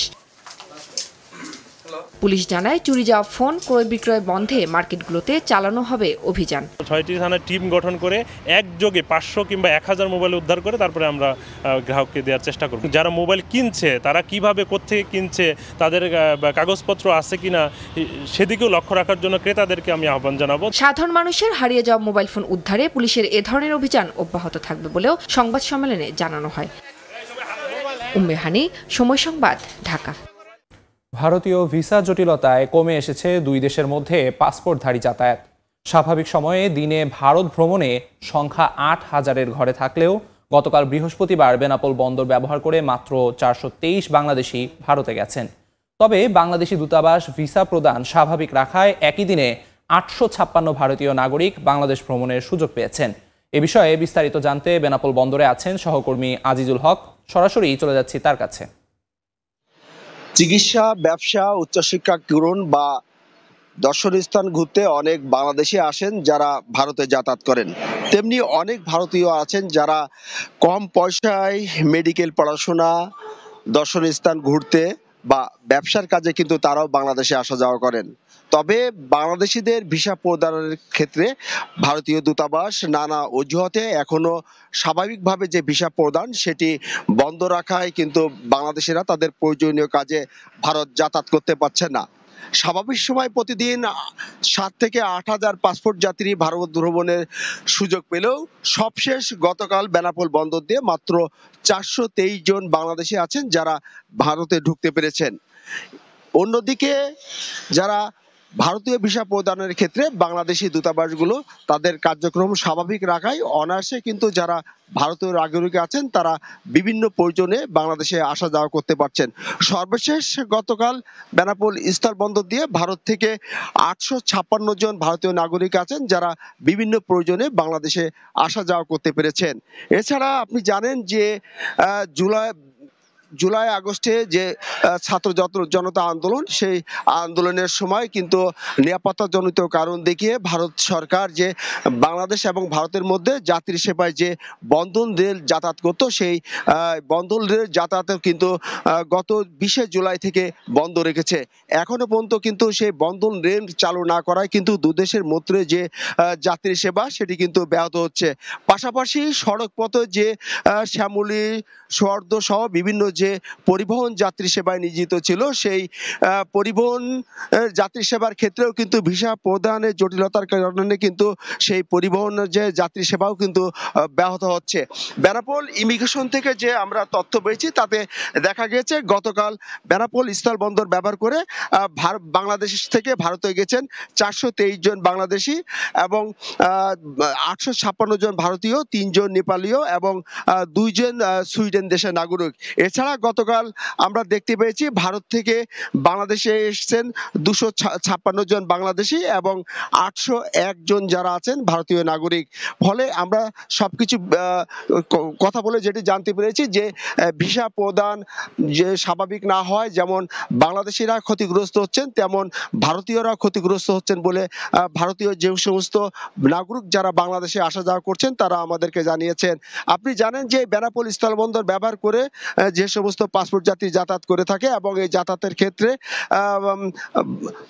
ভারত সরকার প্রতি বছর প্রায় 200 কোটি টাকা এই ভ্রমণ ফি বাবদ আদায় করে থাকে এবং প্রতিদিন ভোর 6:30টায় এই বেনাপোল স্থলবন্দর ব্যবহার করে দুদেশের মধ্যে পাসপোর্ট যাত্রী যাতায়াত শুরু হয় এবং সন্ধ্যা 6:30টায় কিন্তু এই যাত্রী যাতায়াত শেষ হয়ে থাকে। বেনাপোল বন্দর এবং ভারতের পেট্টাপোল বন্দরে যাত্রী সেবা বৃদ্ধির জন্য যে নানান সুযোগ সুবিধা বাড়ানোর কথা ছিল সেটি কিন্তু পেট্টাপোল বন্দর বা বেনাপোল বন্দরের পক্ষ থেকে কিন্তু এখনো বাড়ানো হয়নি। ফলে কিন্তু ভারত যাতায়াতের ক্ষেত্রে কিন্তু যাত্রীদের যে দুর্ভোগ, সেই দুর্ভোগটা কিন্তু এখনো রয়ে গেছে। তো এই ছিল বেনাপোল স্থলবন্দর থেকে যে ভিসা জটিলতায় ভারত এবং বাংলাদেশের যাত্রী উভয় যাত্রীরাই যে নানানভাবে দুর্ভোগ বা হয়রানির শিকার হচ্ছেন তার সর্বশেষ। সরাসরি যুক্ত ছিলাম বেনাপোল বন্দরে। আওয়ামী লীগকে নিষিদ্ধ করা সহ গণহত্যা ও খুনের বিচার, আহতদের সুচিকিৎসা ও পুনর্বাসন করতে হবে। বৃহস্পতিবার ঢাকা বিশ্ববিদ্যালয়ের মধুর ক্যান্টিনে দেশের সমসাময়িক রাজনৈতিক পরিস্থিতি নিয়ে জরুরি সংবাদ সম্মেলনে এ দাবি জানান ছাত্র অধিকার পরিষদের সভাপতি। আমরা সরকারকে স্পষ্টভাবে বলতে চাই, যদি দ্রুত সময়ের ভিতরে এই আওয়ামী লীগ জাতীয় পার্টি সহ তার দোসরদের রাজনৈতিক কর্মকাণ্ডকে নিষিদ্ধ না ঘোষণা করা হয় এবং তাদেরকে দমন করার জন্য, নির্মূল করার জন্য সরকার স্ট্রংলি কোনো ভূমিকা পালন না করে প্রশাসন থেকে ঘাপটি মেরে থাকা আওয়ামী লীগের দোসরদেরকে নির্মূল করার যদি কোনো কার্যক্রম হাতে না নেয়, এই বিচার অঙ্গন থেকে, এই মিডিয়া অঙ্গন থেকে, এই শিক্ষা অঙ্গন থেকে আওয়ামী লীগকে নির্মূল করার, দোসরদেরকে, ফ্যাসিবাদকে নির্মূল করার জন্য যদি শক্তিশালী ভূমিকা না গ্রহণ করে, তাহলে এই যে সমগ্র বাংলাদেশে যে পরিস্থিতি দেখছেন, এই পরিস্থিতি কিন্তু আরো ভয়াবহ আকার ধারণ করবে। মেধা ও সততায় গড়ব সবার বাংলাদেশ, এই প্রতিপাদ্যকে সামনে রেখে বাংলাদেশ ইসলামী ছাত্র শিবিরের 48তম প্রতিষ্ঠাবার্ষিকী আয়োজন করা হয়েছে। বৃহস্পতিবার বিকেলে ঢাকা বিশ্ববিদ্যালয়ের বটতলায় উক্ত অনুষ্ঠান উপলক্ষে ছাত্র শিবিরের উদ্যোগে অদম্য মেধাবী শিক্ষার্থীদের সম্মাননা অনুষ্ঠান দুর্বার 2025 অনুষ্ঠিত হয়। প্রতিবন্ধীদের জন্য অগ্রাধিকার রক্ষায় UNCRPD বাস্তবায়ন সহ 6টি দাবি উত্থাপন করা হয় সরকার সহ দায়িত্বশীলদের কাছে। পাশাপাশি ছাত্র শিবিরে প্রচার ও মিডিয়া বিভাগ তাদের স্বার্থ সংশ্লিষ্ট বিষয় এবং অধিকার সম্পর্কে সচেতনতা সৃষ্টি করতে কার্যকর প্রচারণা চালাবে এবং তাদের দাবিগুলো বাস্তবায়ন নিশ্চিত করতে যথাযথ পদক্ষেপ গ্রহণ করবে বলেও জানায়। দুটি করণীয় আমরা ঠিক করছি। নাম্বার 1 হচ্ছে আপনাদের একটি শক্তিশালী প্ল্যাটফর্ম গড়ে ওঠা দরকার, অথবা এক্সিস্টিং যে প্ল্যাটফর্ম আছে সেটাকে আরো শক্তিশালীকরণের জন্য ছাত্র শিবির তার কেন্দ্রের 3টি বিভাগকে এখানে সমন্বয় করতে চায়। নাম্বার 1 হচ্ছে কেন্দ্রীয় মানবাধিকার বিভাগ, কেন্দ্রীয় ছাত্র কল্যাণ বিভাগ এবং কেন্দ্রীয় ছাত্র অধিকার বিভাগ। এই 3টি বিভাগ আপনাদের প্ল্যাটফর্মের সাথে ঐক্যবদ্ধভাবে আপনাদের জন্য কাজ করে যাবে। 2 নম্বর যে কাজটা আমরা আজকে করণীয় ঠিক করছি, আপনাদের গল্পগুলোকে আমরা শুধুমাত্র আপনাদের মধ্যে সীমাবদ্ধ রাখতে চাই না। আপনাদের প্রত্যেকের চাহিদা এবং প্রত্যেকের লাইফস্টাইল, আপনাদের যে সংগ্রামগুলো, সেটা গল্প আকারে আমরা বাংলাদেশ এবং আন্তর্জাতিক অঙ্গনে তুলে ধরতে চাই। আদিবাসী হিসেবে সাংবিধানিক স্বীকৃতির এক দফা দাবিতে উত্তরবঙ্গের 16টি সংগঠন নিয়ে গঠিত হয়েছে আদিবাসী ঐক্য মঞ্চ। বৃহস্পতিবার রাজশাহী নগরীর নিউ মার্কেটের একটি রেস্টুরেন্টে এই সংগঠনের আত্মপ্রকাশ উপলক্ষে সংবাদ সম্মেলন করেন সংগঠনের নেতারা। বক্তারা বলেন, স্বাধীনতার 54 বছরে উত্তরবঙ্গের আদিবাসীরা 3 লাখ একরের বেশি জমি হারিয়েছে। 2015 সালে পার্বতীপুর উপজেলার সাঁওতাল গ্রামে জমি নিয়ে বিবাদের জেরে হামলায় প্রায় 55টি ঘরবাড়িতে ভাঙচুর, লুটপাট ও অগ্নিসংযোগ চালানো হয়। এছাড়া 2016 সালে গোবিন্দগঞ্জের বাগদা ফার্মে 1842 একর জমি দখলের প্রতিবাদ করতে গিয়ে পুলিশ তাদের ঘরবাড়িতে অগ্নিসংযোগ করে ও হামলা চালায়। হত্যা করা হয় 3 জনকে। এসব নির্যাতনের বিচার ও আদিবাসী হিসেবে সাংবিধানিক স্বীকৃতির দাবি করেন বক্তারা। লক্ষ্মীপুর সহ সারা দেশে পেশাগত কাজের সময় সাংবাদিকদের ওপর হামলা ও গুলি করার প্রতিবাদে মানববন্ধন কর্মসূচি পালিত হয়েছে। বৃহস্পতিবার সকালে জেলা প্রেস ক্লাবের আয়োজনে উত্তর তেমোহনী এলাকায় এই কর্মসূচি পালিত হয়। বক্তারা বলেন, সারা দেশে পেশাগত কাজে বাধাসহ সাংবাদিকদের ওপরে একের পর এক হামলা ও গুলিবর্ষণের ঘটনা ঘটেছে। 3 ফেব্রুয়ারি লক্ষ্মীপুরে 4 সাংবাদিকের ওপর হামলা ও গুলি করা হয়। সঙ্গে জড়িত সব অপরাধীকে গ্রেফতার করে আইনের আওতায় আনার দাবি জানান তারা। এ সময় উপস্থিত ছিলেন বিএনপির যুগ্ম মহাসচিব শহীদ উদ্দিন চৌধুরী অ্যানি ও জেলা বিএনপির সদস্য সচিব মাহবুব উদ্দিন সাবু। 2 দিন ধর্মঘট শেষে বেনাপোল বন্দর দিয়ে আবারও ফল আমদানি শুরু হয়েছে। এতে বন্দরে কর্মব্যস্ততা ফিরেছে। ভারত থেকে যেসব খাদ্যদ্রব্য আমদানি করা হয় তার মধ্যে বড় একটি অংশ আপেল, আঙ্গুর, কমলা, মাল্টা। ব্যবসায়ীরা যাতে দ্রুত ফল খালাস করে নিতে পারে এজন্য সব ধরনের সহযোগিতা করা হচ্ছে জানায় কর্তৃপক্ষ। এর আগে ফল আমদানিতে অতিরিক্ত 10% শুল্ক প্রত্যাহারের দাবিতে 4 ফেব্রুয়ারি ধর্মঘটের কারণে ফল আমদানি বন্ধ ছিল। এতে ব্যবসায়ীদের পাশাপাশি সরকার প্রায় 100 কোটি টাকা রাজস্ব আয় থেকে বঞ্চিত হয়েছে। রাজধানীর মাতুয়াইলে প্রাইভেট কার থেকে বিপন্ন প্রজাতির 11টি মুখ পোড়া হনুমান উদ্ধার করা হয়েছে। বৃহস্পতিবার বেলা 11টার দিকে মাতুয়াইলের স্বামীবাগে মোবাইল কোর্ট পরিচালনা করে ঢাকা বন বিভাগ। এ সময় 11টি হনুমান উদ্ধারের পাশাপাশি 3 জনকে আটক করা হয় বলে জানান বন্যপ্রাণী পরিদর্শক নিগার সুলতানা। পরে মোবাইল কোর্টের মাধ্যমে আটককৃতদের অর্থদণ্ড এবং 3 মাসের কারাদণ্ডাদেশ দেওয়া হয়। মূলত চট্টগ্রাম থেকে কুষ্টিয়ায় বিক্রির উদ্দেশ্যে নিয়ে যাওয়া হচ্ছিল বলে জানায় বন বিভাগ। পরে হনুমানগুলো গাজীপুরের সাফারি পার্কে পাঠানো হয়। ফিলিস্তিনিদের সরিয়ে গাজা দখলের পরিকল্পনা নিয়ে সমালোচনার ঝড় উঠলেও অনড় মার্কিন প্রেসিডেন্ট ডোনাল্ড ট্রাম্প। সামাজিক মাধ্যম ট্রুথ সোশ্যালে তিনি জানান, যুদ্ধ শেষে ইসরায়েল গাজা উপত্যকা যুক্তরাষ্ট্রের কাছে তুলে দেবে। ট্রাম্পের এই প্রস্তাবের তীব্র সমালোচনা করেছে মিশর ও রাশিয়া। এদিকে গাজায় জাতিগত নিধনযজ্ঞের বিরুদ্ধে সতর্কবার্তা দিয়েছেন জাতিসংঘের মহাসচিব। অন্যদিকে জাতিসংঘ মানবাধিকার পরিষদের সঙ্গে সম্পৃক্ততা বন্ধের কথা জানিয়েছে ইসরায়েল। গাজা উপত্যকার নিয়ন্ত্রণ নেয়ার পরিকল্পনা পুনর্ব্যক্ত করেছেন মার্কিন প্রেসিডেন্ট ডোনাল্ড ট্রাম্প। ফিলিস্তিনিদের সরিয়ে গাজা দখলের পরিকল্পনা প্রথম ঘোষণার পর বিশ্ব নেতাদের তীব্র প্রতিক্রিয়ার মুখে পড়েন তিনি। তবে বৃহস্পতিবার ট্রাম্প তার সামাজিক মাধ্যম ট্রুথ সোশ্যাল প্ল্যাটফর্মে জানান, যুদ্ধ শেষে ইসরায়েল গাজা উপত্যকা যুক্তরাষ্ট্রের হাতে তুলে দেবে। দাবি করেন ফিলিস্তিনিদের নিরাপদ ও আধুনিক আবাসন দেওয়া হবে এবং এ কাজে মার্কিন সেনাদের প্রয়োজন হবে না।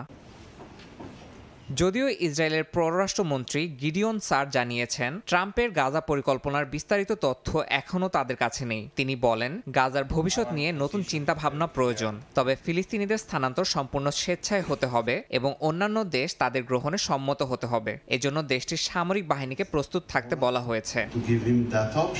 ট্রাম্পের এই প্রস্তাবের তীব্র সমালোচনা করেছে মিশর ও রাশিয়া। মিশরের পররাষ্ট্র মন্ত্রণালয় জানিয়েছে, এই পরিকল্পনা যুদ্ধবিরতি চুক্তিকে ধ্বংস করবে এবং নতুন করে সংঘাত তৈরি করবে। অন্যদিকে রাশিয়ার পররাষ্ট্র মন্ত্রণালয়ের মুখপাত্র মারিয়া জাখারোভা বলেছেন, ট্রাম্পের প্রস্তাব অপ্রয়োজনীয় এবং এটি আঞ্চলিক উত্তেজনা বাড়াচ্ছে। বর্তমানে ফিলিস্তিনিদের মানবিক সহায়তা নিশ্চিত করা সবচেয়ে গুরুত্বপূর্ণ বলে মন্তব্য করেন তিনি।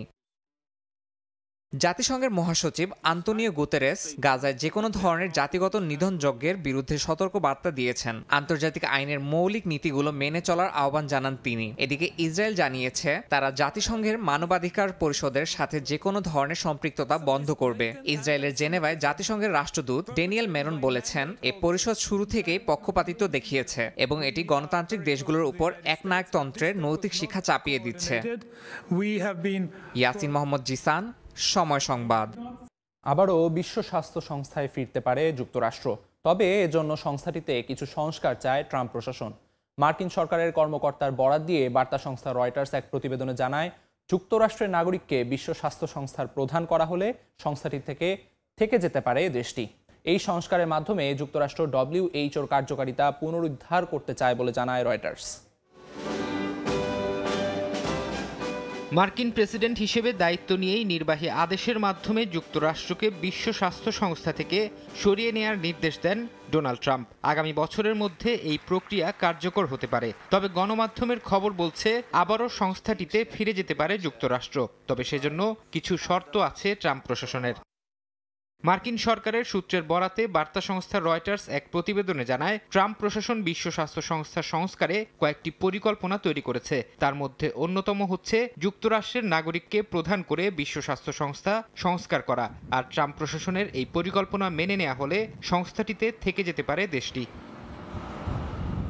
মার্কিন প্রস্তাবনায় আরও বলা হয়েছে, সংস্থাটিতে যুক্তরাষ্ট্রের নেতৃত্বের অভাবের কারণেই এর কার্যকারিতা কমে গেছে, আর এটি তহবিল অপচয়ের প্রধান কারণ। এই সংস্কারের মাধ্যমে যুক্তরাষ্ট্র WHOর কার্যকারিতা পুনরুদ্ধার করতে চায় বলে জানায় রয়টার্স। বিশ্ব স্বাস্থ্য সংস্থার প্রধান হিসেবে তেদ্রোস আধানম গেব্রিয়েসুসের মেয়াদ শেষ হবে 2027 সালে। সংস্থাটির বর্তমান প্রস্তাবনা অনুযায়ী যে কোনো সদস্য রাষ্ট্র তাদের প্রার্থীকে ডিরেক্টর জেনারেল পদে প্রস্তাব করতে পারে এবং নির্বাচিত হতে হলে 2/3 সদস্য রাষ্ট্রের সমর্থন প্রয়োজন। ফরহাদ চৌধুরী, সময় সংবাদ। অস্ট্রেলিয়ায় নাজি স্যালুট দিলে ভোগ করতে হবে 6 মাস থেকে 1 বছরের কারাদণ্ড। দেশটির বিভিন্ন গণমাধ্যম জানায়, গাজায় যুদ্ধ শুরুর পর অস্ট্রেলিয়ায় ইহুদি বিদ্বেষ বেড়ে যাওয়ায় এমন পদক্ষেপ নিয়েছে দেশটির সরকার। কয়েক দফা সংশোধনী পাশ করে স্থানীয় সময় বৃহস্পতিবার দেশটির পার্লামেন্টে এ আইন পাশ হয়। ঘৃণা প্রদর্শন করলে, হামলার পরিকল্পনা করলে কিংবা হামলায় মদদ দিলেও সাজা ভোগ করতে হবে এই আইনের আওতায়। কর্তৃপক্ষ জানায়, হেইট ক্রাইমের বিরুদ্ধে অস্ট্রেলিয়ায় এ পর্যন্ত সবচেয়ে কঠোর আইন এটি। তবে আইনটির সমালোচনা করেছে দেশটির লেবার পার্টি। জানায়, এ ধরনের বাধ্যতামূলক শাস্তি অপরাধ কমাতে পারে না। ভারী তুষারপাতে বিপর্যস্ত দক্ষিণ কোরিয়া। রাজধানী সিউলে আগামী 3 দিন 0 ডিগ্রির নিচে তাপমাত্রা নামার পূর্বাভাস দিয়েছে দেশটির আবহাওয়া বিভাগ। সপ্তাহ জুড়ে জারি করা হয়েছে শৈত্যপ্রবাহের সতর্কতা। চলমান বৈরী আবহাওয়ায় সবচেয়ে বেশি বিপাকে পড়েছেন গণপরিবহন ব্যবহারকারী যাত্রীরা। বরফের চাদরে ঢাকা চারপাশ, দৃষ্টিসীমা ঝাপসা হওয়ায় দুর্ঘটনা এড়াতে দিনের বেলা গাড়িগুলো চলছে হেডলাইট জ্বালিয়ে। স্থানীয় সময় বুধবার ভয়াবহ তুষারপাতের কবলে পড়ে দক্ষিণ কোরিয়া। ঢেকে যায় রাজধানী সিউলের রাস্তাঘাট, গাছপালা সহ বিভিন্ন স্থাপনা। সড়কগুলো পিচ্ছিল হয়ে যাওয়ায় বিপাকে পড়েন বাসিন্দারা। যানবাহন চলাচলেও দেখা দেয় ধীরগতি। রাস্তাঘাট বেশ পিচ্ছিল, তাই আমি অত্যন্ত সতর্কতার সঙ্গে চলছি। বেশ দুশ্চিন্তা হচ্ছে। তুষারপাতের ভেতরে অনেকে গণপরিবহন ব্যবহার করেন। আমি এমন সময় যেতে চাচ্ছি যখন ভিড় হবে না। আমি চেষ্টা করব পুরো সপ্তাহ বাড়ির বাইরে বের না হতে, কারণ সপ্তাহব্যাপী অনেক ঠান্ডা পড়বে। আমি যাতায়াতের জন্য বাস ব্যবহার করি, আর রাস্তাঘাটে বরফের স্তূপ জমে যাওয়ায় খুব দুশ্চিন্তা হচ্ছে। এই অবস্থায় আগামী 3 দিন শহরটির তাপমাত্রা 0 ডিগ্রির নিচে থাকতে পারে বলে জানিয়েছে আবহাওয়া বিভাগ। পাশাপাশি সপ্তাহ জুড়ে জারি করা হয়েছে শৈত্যপ্রবাহের সতর্কতা। নাদিম মারজান, সময় সংবাদ। সৌদি আরবে ভ্রমণকারী ও ওমরা হজ পালনকারীদের জন্য মেনেনজাইটিস ভ্যাকসিন সার্টিফিকেটের বাধ্যবাধকতা স্থগিত করেছে দেশটির সরকার। গত 7 জানুয়ারি দেশটির স্বাস্থ্য মন্ত্রণালয় ঘোষণা দেয় 10 ফেব্রুয়ারি থেকে সব ধরনের ভ্রমণ ভিসা ও ওমরা ভিসার যাত্রীদের ভ্যাকসিন দিতে হবে। বিশ্বব্যাপী স্বাস্থ্য ব্যবস্থার পরিস্থিতি পর্যবেক্ষণ করে এ ভ্যাকসিন দেওয়ার বাধ্যবাধকতা স্থগিত করে দেশটি। বিস্তারিত আরিফুর রহমানের প্রতিবেদনে। গেল 7 জানুয়ারি সৌদির স্বাস্থ্য মন্ত্রণালয় বিভিন্ন দেশ থেকে আগত ভ্রমণ ভিসাদারী ও ওমরা হজ পালনকারীদের মেনেনজাইটিসের টিকা নেওয়া বাধ্যতামূলক ঘোষণা করে। ওই ঘোষণায় জানানো হয় ভ্রমণের কমপক্ষে 10 দিন আগে টিকা নিতে হবে এবং ভ্রমণের সময় প্রমাণপত্র সঙ্গে রাখতে হবে। এটি 10 ফেব্রুয়ারি থেকে কার্যকর হওয়ার কথা ছিল। তবে বৃহস্পতিবার সৌদি স্বাস্থ্য মন্ত্রণালয়ের বরাতে বিভিন্ন আন্তর্জাতিক এয়ারলাইন্স জানায় এখন থেকে মেনেনজাইটিস ভ্যাকসিনের শরত ছাড়াই সৌদি আরব ভ্রমণ করা যাবে। সৌদি সরকার নতুন ঘোষণায় জানিয়েছে ভ্রমণ ও ওমরা ভিসায় যাত্রীদের জন্য মেনেনজাইটিস ভ্যাকসিন সার্টিফিকেটের বাধ্যবাধকতা স্থগিত করা হয়েছে। এই ঘোষণার পরপরই বিভিন্ন এয়ারলাইন্স কর্তৃপক্ষও তাদের যাত্রীদের জানিয়ে দিয়েছে এখন থেকে মেনেনজাইটিস টিকা ছাড়াই সৌদি আরব যাওয়া যাবে। তবে ভ্রমণের আগে সবশেষ নির্দেশনা সম্পর্কে সংশ্লিষ্ট কর্তৃপক্ষের সঙ্গে যাত্রীদের যোগাযোগ রাখার পরামর্শ দেওয়া হয়। আরিফুর রহমান, সময় সংবাদ, সৌদি আরব। যুক্তরাজ্যে বাংলাদেশি অধ্যুষিত টাওয়ার হ্যামলেটস এলাকায় স্কুল উদ্বোধন করেছেন ব্রিটিশ রানী ক্যামিলা। এ সময় শিক্ষার্থীদের সাংস্কৃতিক পরিবেশনা উপভোগ করেন তিনি। লন্ডন থেকে শোয়েব কবিরের রিপোর্টে বিস্তারিত। যুক্তরাজ্যের বাংলাদেশি অধ্যুষিত এলাকা টাওয়ার হ্যামলেটসে স্কুল উদ্বোধনে আসেন ব্রিটিশ রানী ক্যামিলা। পতাকা হাতে উচ্ছ্বসিত শিক্ষার্থীরা উষ্ণ অভ্যর্থনা জানায় তাকে। ঘণ্টাব্যাপী অবস্থানের সময় রানী ঘুরে দেখেন পুরো স্কুল, কথা বলেন সবার সঙ্গে, উপভোগ করেন সাংস্কৃতিক পরিবেশনা। এই সময় রানীর সাথে ছিলেন টাওয়ার হ্যামলেটসের মেয়র লুৎফুর রহমান ও মালবাড়ি স্কুল ট্রাস্টের প্রধান নির্বাহী ডক্টর ভ্যানিসা উকডিন। রানীর উপস্থিতি স্কুল ও কমিউনিটির জন্য সম্মানজনক ও স্মরণীয় হয়ে থাকবে বলে জানান তারা। 12 বছরের দীর্ঘ যাত্রার পর অবশেষে এটি বাস্তবায়ন হলো। মূলত এটি শুরু হয়েছিল সাইটটির বিক্রির মাধ্যমে। নিউজ ইন্টারন্যাশনাল এটি বিক্রি করে, আর সেন্ট জর্জ শুধু তখনই পরিকল্পনার অনুমোদন পায় যখন তারা এখানে একটি স্কুল প্রতিষ্ঠার প্রতিশ্রুতি দেয়। এই যাত্রা সহজ ছিল না। এই সাইটটা যদি আমরা সিকিউর না করতাম, আমি এবং আমার টিমে আমরা এই নেগোসিয়েশন আমরা ডেভেলপ না করতাম, ডেলিভারি না করতাম, এই স্কুলটা হইতো না। অনুষ্ঠানে কাউন্সিলের deputy mayor Mayum Talukdar, trust অধিভুক্ত স্কুলগুলোর শিক্ষার্থী প্রতিনিধি, ট্রাস্টি ও গভর্নররা অংশ নেন। শোয়েব কবির, সময় সংবাদ, লন্ডন। আবারও দেশের খবর। মুন্সিগঞ্জের মীরকাদিম মাছের আড়তে ইলিশ কিনতে ভিড় করছেন ক্রেতারা। এ বিষয়ে বিস্তারিত জানাতে মুন্সিগঞ্জ থেকে সরাসরি যুক্ত হচ্ছেন রিপোর্টার নাসির উদ্দিন উজ্জ্বল।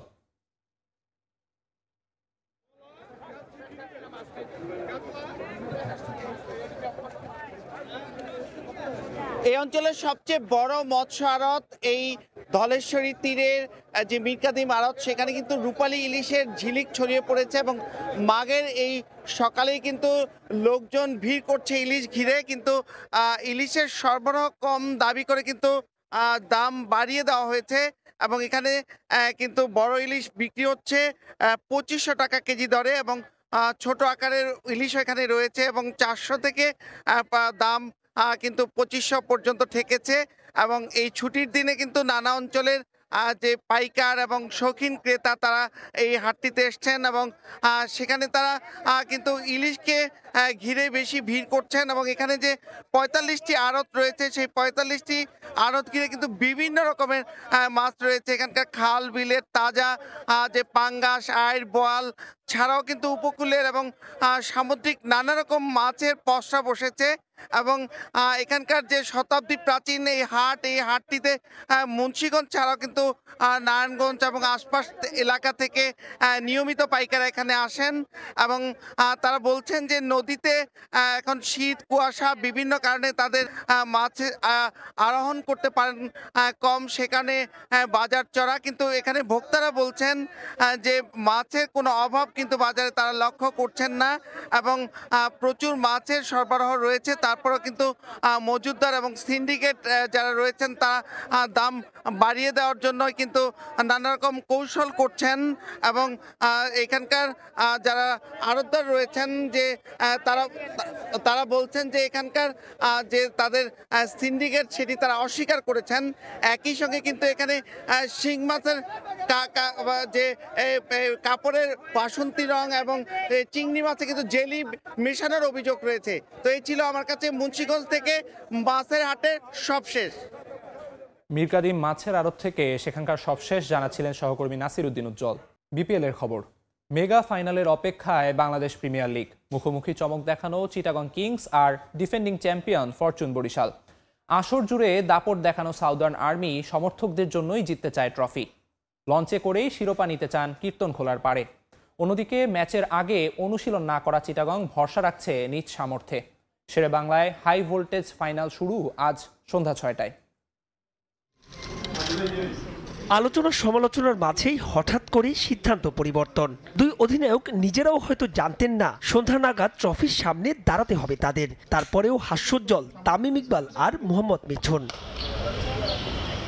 দ্বিতীয় শিরোপা জয়ের স্বপ্ন ফরচুন বরিশালের, তবে ঘরের শত্রু বিভীষণ নয় তামিম ইকবাল। চট্টলার ছেলে, বরিশালের কাপ্তান। কর্ণফুলীপাড়ের দলটার হৃদয় ভাঙার দায়িত্বটা যে নিতে হবে তাকেই। বিপিএল এর ফাইনালে কখনোই নাহারা খান সাহেব ম্যাচটির আগের দিন দীর্ঘ সময় ব্যাটে শানো দিয়েছেন।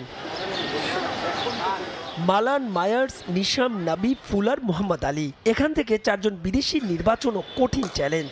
তবে বরিশালের শক্তি মাঠের সমর্থন। প্রথম দিন থেকেই বলি যে আমরা ভেরি ফরচুনেট যে আমরা এই ফ্র্যাঞ্চাইজির জন্য খেলি, যার এত সাপোর্ট। অবশ্যই তাদের জন্য তো আমাদের পুরোপুরিভাবে চেষ্টা থাকবে। আমরা জানি যে আমাদের কি করতে হবে, এটাই দেখার বিষয় যে আমরা এক্সিকিউটটা করি কত ভালোভাবে। তারকার ভারে ভেঙে যাওয়া নজির হরহামেশাই দেখা যায় ফ্র্যাঞ্চাইজি ক্রিকেটে। তাই তো দলের সবাইকেই দায়িত্ব নিতে বললেন বরিশাল অধিনায়ক। ফাইনাল ঘিরে ভিন্ন কোনো পরিকল্পনা নেই তামিমের। You cannot predict. You can have the best players in the world, but on the day কে ভালো এক্সিকিউশন করতেছে, that matters.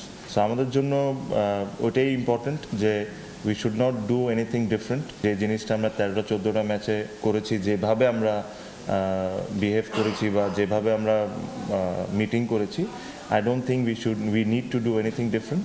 We need to treat the final just another game of cricket and try and give our best. অন্যদিকে টানা match থাকায় বিশ্রামে ছিল Chittagong Kings. আসর জুড়ে নানা ঘটনায় বিতর্ক এড়াতে পারেনি ফ্র্যাঞ্চাইজিটি।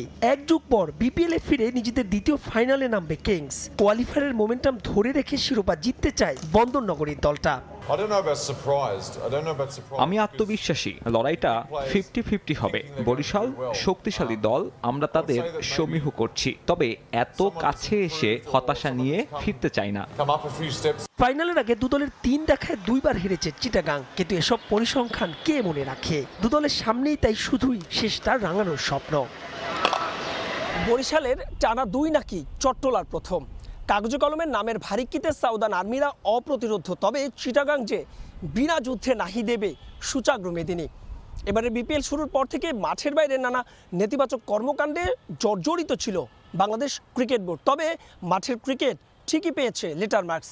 অন্তত একটা জম্পেশ ফাইনালের মধ্য দিয়েই শেষ হোক তা। মাহবুব রিমন, সময় সংবাদ, শেরেই বাংলা জাতীয় ক্রিকেট স্টেডিয়াম, ঢাকা। বিপিএল এর চলতি আসরের মতো ফাইনালও হবে ট্রু উইকেটে, যেখানে আভাস মিলছে হাই স্কোরের। আগে ব্যাট করা দল পাবে বাড়তি সুবিধা। বরিশাল একাদশে আসছে পরিবর্তন, নবীর জায়গায় সুযোগ মিলতে পারে অলরাউন্ডার জিমি নিশামের। অন্যদিকে ইনজুরিতে চট্টগ্রাম একাদশ থেকে বাদ পড়তে পারেন সেকেন্ড কোয়ালিফায়ার জয়ের নায়ক আলিস আল ইসলাম। 46 ম্যাচ 40 দিন 3টা ভেন্যু আর মোটে এক ম্যাচেরই হিসেব নিকেশ। নয়া চ্যাম্পিয়ন নাকি বরিশালেরই বাজিমাত। এসবের ফয়সালা হবে যে 22 গজে। মেগা সেই ফাইনালের জন্য পুরোপুরি প্রস্তুত সেটাই বাংলার উইকেট।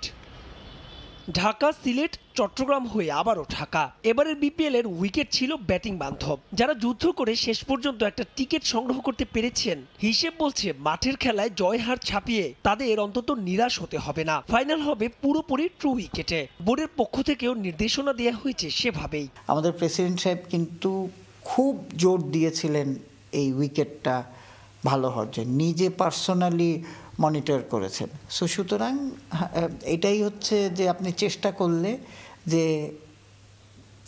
আপনার ভালো উইকেট বা বড় রানের উইকেট হতে পারে, সেটাই এবার প্রমাণ করে। দুদলের একাদশ নিয়েও বাড়ছে জল্পনা কল্পনা। পেস বোলিংয়ে শক্তি বাড়াতে বরিশালের একাদশের জিমি নিশাম যে থাকছেন এটা প্রায় নিশ্চিত। নিশামের সঙ্গী কোটার বাকি 4 বিদেশি মালান, মায়ার্স আর মোহাম্মদ আলী। বাদ পড়তে পারেন মোহাম্মদ নাবি। আলিসের ইনজুরিতে চট্টলার দলটাতেও যে পরিবর্তন আসছে সেটা নিশ্চিত। সেক্ষেত্রে অভিজ্ঞ নাইমি ফিরতে পারেন একাদশে। তবে মিস্ট্রি স্পিনার আলিসের জন্য শেষ পর্যন্ত অপেক্ষা করবে তার ফ্র্যাঞ্চাইজি। ডেফিনেটলি আমরা শেষ পর্যন্ত ওয়েট করব, কারণ আলিস যেভাবে বোলিং করছে এবং যদি আমি ওদের স্ট্রেংথ চিন্তা করি, আলিস আমাদের জন্য very important player for the final. আমরা শেষ পর্যন্ত চেষ্টা করব। আর আলিস যেভাবে বোলিং করছে, আলিসের অভাবটা পূরণ করার মতো না, বাট আমাদের যা আছে তাই নিয়ে খেলবো আর কি। আরও একটা কারণে এই বিপিএল ব্যতিক্রম। মেগা ফাইনালের ফিল্ড আম্পায়ার হিসেবে থাকবেন 2 বাংলাদেশি, গাজী সোহেল আর মাসুদুর রহমান মুকুল। Match referee Niyamur Rashid Rahul. তবে টিভি আম্পায়ার পাকিস্তানের আসিফ ইয়াকুব। মাহবুব রিমন, সময় সংবাদ, ঢাকা। বিপিএল ফাইনালের আগে বিসিবির পক্ষ থেকে আয়োজন করা হয়নি আনুষ্ঠানিক সংবাদ সম্মেলন। ট্রফি নিয়ে ফটো সেশনেরও ছিল না কোনো পরিকল্পনা। গণমাধ্যমে প্রশ্নের পর সন্ধ্যায় টিম হোটেলে আয়োজন করা হয় ট্রফি সহ 2 দলের অধিনায়ককে নিয়ে ফটো সেশন। এমন কর্মকাণ্ডকে বিপিএল গভর্নিং কাউন্সিলের উদাসীনতা হিসেবেই দেখছেন বিশ্লেষকরা। বিসিবির ভিন্ন বিপিএল আয়োজনের আশ্বাস বাস্তবেও দেখিয়েছে নতুনত্ব, তবে তার অধিকাংশই নেতিবাচক। যা হয়নি এর আগে, এবার হয়েছে এমন নানা ঘটনা। পারিশ্রমিক ইস্যুতে হয়েছে নজিরবিহীন বিতর্ক। মাঠের বাইরের এসব ইস্যুর চাপে মাঠের আয়োজনটাই ভুলে যেতে বসেছে বোর্ড। যে কোনো টুর্নামেন্টের ফাইনালিস্ট 2 দলের অধিনায়ক সহ ট্রফি নিয়ে ফটো সেশন একটা অলিখিত রীতি, তবে এবার সেটা যেন ভুলেই গিয়েছিল বিসিবি। আগের দিন রাখা হয়নি কোনো পূর্ব নির্ধারিত ফটো সেশন। এমনকি বিসিবির পক্ষ থেকে আয়োজন করা হয়নি 2 দলের অধিনায়ক নিয়ে আনুষ্ঠানিক প্রেস কনফারেন্স। তবে ফরচুন বরিশালের অনুশীলনের পর গণমাধ্যমের অনুরোধের প্রেক্ষিতে কথা বলেন তামিম ইকবাল। সেখানে প্রশ্ন ওঠে ট্রফির সঙ্গে অধিনায়কদের ফটো সেশন নিয়ে। এরপরই তড়িঘড়ি করে আয়োজন করা হয় ফটো সেশনের। 2 দল এক হোটেলে অবস্থান করায় সেখানেই হয় ফটো সেশন। বিষয়গুলোতে বোর্ডের ভুল ছিল স্বীকার করছেন তামিম ইকবাল। তবে দেশের একমাত্র ফ্র্যাঞ্চাইজি টুর্নামেন্ট বলেই আসরটি নিয়ে থাকতে চান ইতিবাচক। Without a doubt there are lot of gaps that's need to be fill. আমি আপনার সাথে অনেক ক্ষেত্রেই একমত, but end of the day this is our own tournament. We need to somehow save this, so make যেরকম এটা আমরা আরও ওই সুযোগটা আমাদের কাছে থাকে নেক্সট ইয়ার আরও ভালো করা। ওই কাজগুলোও করতেছি ওরকম যে ভালো মেসেজ না যাওয়ার জন্য। আমি am not trying to defend it. এমন কর্মকাণ্ডকে বিপিএল গভর্নিং কাউন্সিলের উদাসীনতা হিসেবে দেখছেন বিশ্লেষকরা। এত কিছু হয়েছে এবারে বিপিএলে, পজিটিভ কিছু ডেফিনেটলি ছিল। ওভারঅল যে একটা হজবরল অবস্থা সেটারই আসলে প্রতিফলন এখানেও পড়ছে। এই প্রেস কনফারেন্স বলুন কিংবা এই ফটোশুট না হয়। বিসিবির তরফ থেকে ফাইনালের আগে কোনো কিছু নেই মিনস আপনার একটা অফিসিয়াল প্রেস কনফারেন্স তো হয়, সব কিছুতে একটা অফিসিয়াল ফটো সেশন হয়, ট্রফি নিয়ে 2 ক্যাপ্টেন একটা কিছু করে। এই জিনিসগুলো কি বিসিবির মাথায় নাই?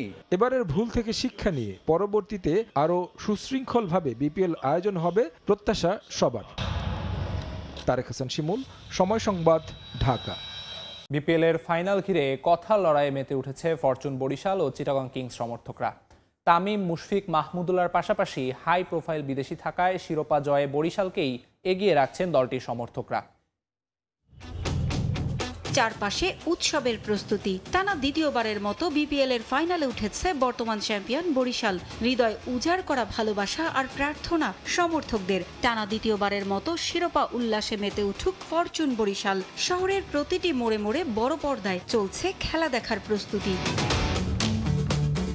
চিটাগং কিংসের বিপক্ষে শিরোপার যুদ্ধ বরিশাল সমর্থকদের কাছে পরিণত হয়েছে মর্যাদার লড়াইয়ে। তামিম, মাহমুদুল্লাহ মুশফিকদের পাশাপাশি বিদেশিদের নিয়ে স্বপ্নবাজ বরিশাল লঞ্চে করে শিরোপা উৎসব করতে চায় সমর্থকরা। আমরা চাচ্ছি যে এবারও জানি বরিশাল জিতে, বরিশাল কাপ জানি আমরা লঞ্চে করে আনতে পারি। বরিশাল ফাইনালে উঠছে, এই যে এটার যে একটা আনন্দ, এটার যেটা বহিঃপ্রকাশ, এটা আমরা যদি জিততে পারি, এই বহিঃপ্রকাশটা আমরা সারা বাংলাদেশ ব্যাপী সবাইকে জানান দিতে চাই। সব মিলাইয়া মনে হইতেছে কালগোর খেলায় বরিশাল অবশ্যই জিতবে, আর বড় ব্যবধানে জিতবে। কারণ চট্টগ্রামের লগে আসলে ওইরকম কম্পেয়ার হয় না।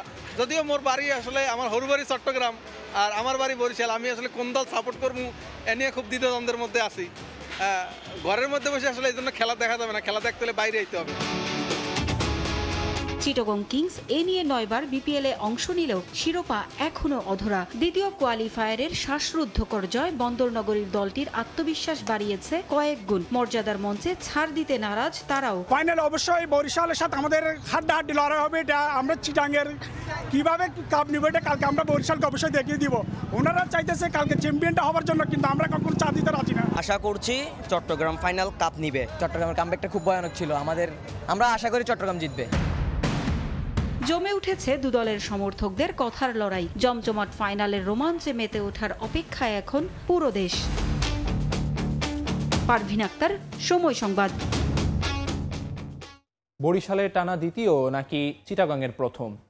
ফাইনালের আগে নানা হিসেব নিয়ে চলছে চুলচেরা বিশ্লেষণ। 20 ওভারের খেলায় মোড় ঘুরিয়ে দিতে পারে ক্রিকেটারদের ব্যক্তিগত নৈপুণ্য। দুই দলের 3 বারের সাক্ষাতে শক্তি দুর্বলতাও তাই অনেকটাই ওপেন সিক্রেট। শিরোপা নির্ধারণী ম্যাচে কারা থাকছেন লাইমলাইটে তা নিয়েই এবারের প্রতিবেদন।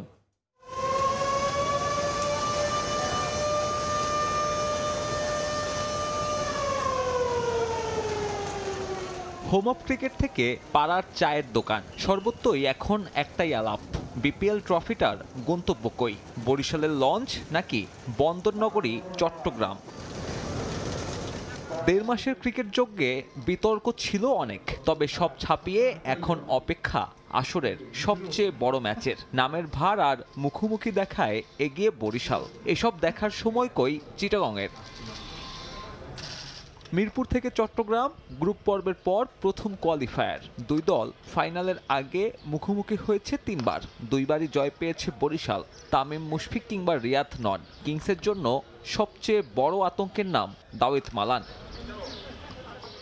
চিটাগং কিংসের বিপক্ষে ব্যাটিংটা বেশ উপভোগ করেন ইংলিশ ব্যাটার।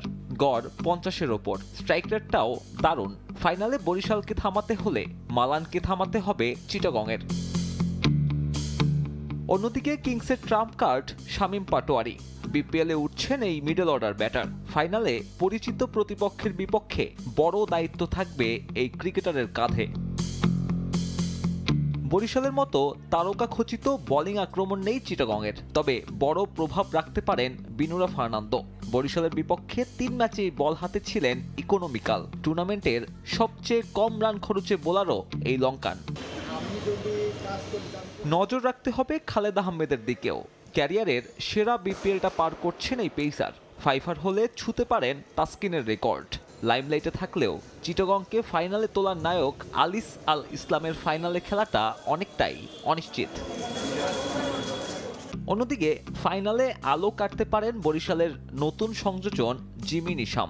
ক্যারিয়ারের প্রথম বিপিএল ম্যাচ খেলতে নেমে প্রথম কোয়ালিফায়ারে চিটাগংকে ভুগিয়েছিলেন মোহাম্মদ আলী। ফাইনালে তাদের সামনে অপেক্ষা আরও একজন নতুন বোলারের। শিরোপার ভাগ্য কোন দিকে যাবে তার নির্ধারণে তাই ভূমিকাটা বড় কিংস ব্যাটিং অর্ডারের। সাব্বির মিথুন, সময় সংবাদ।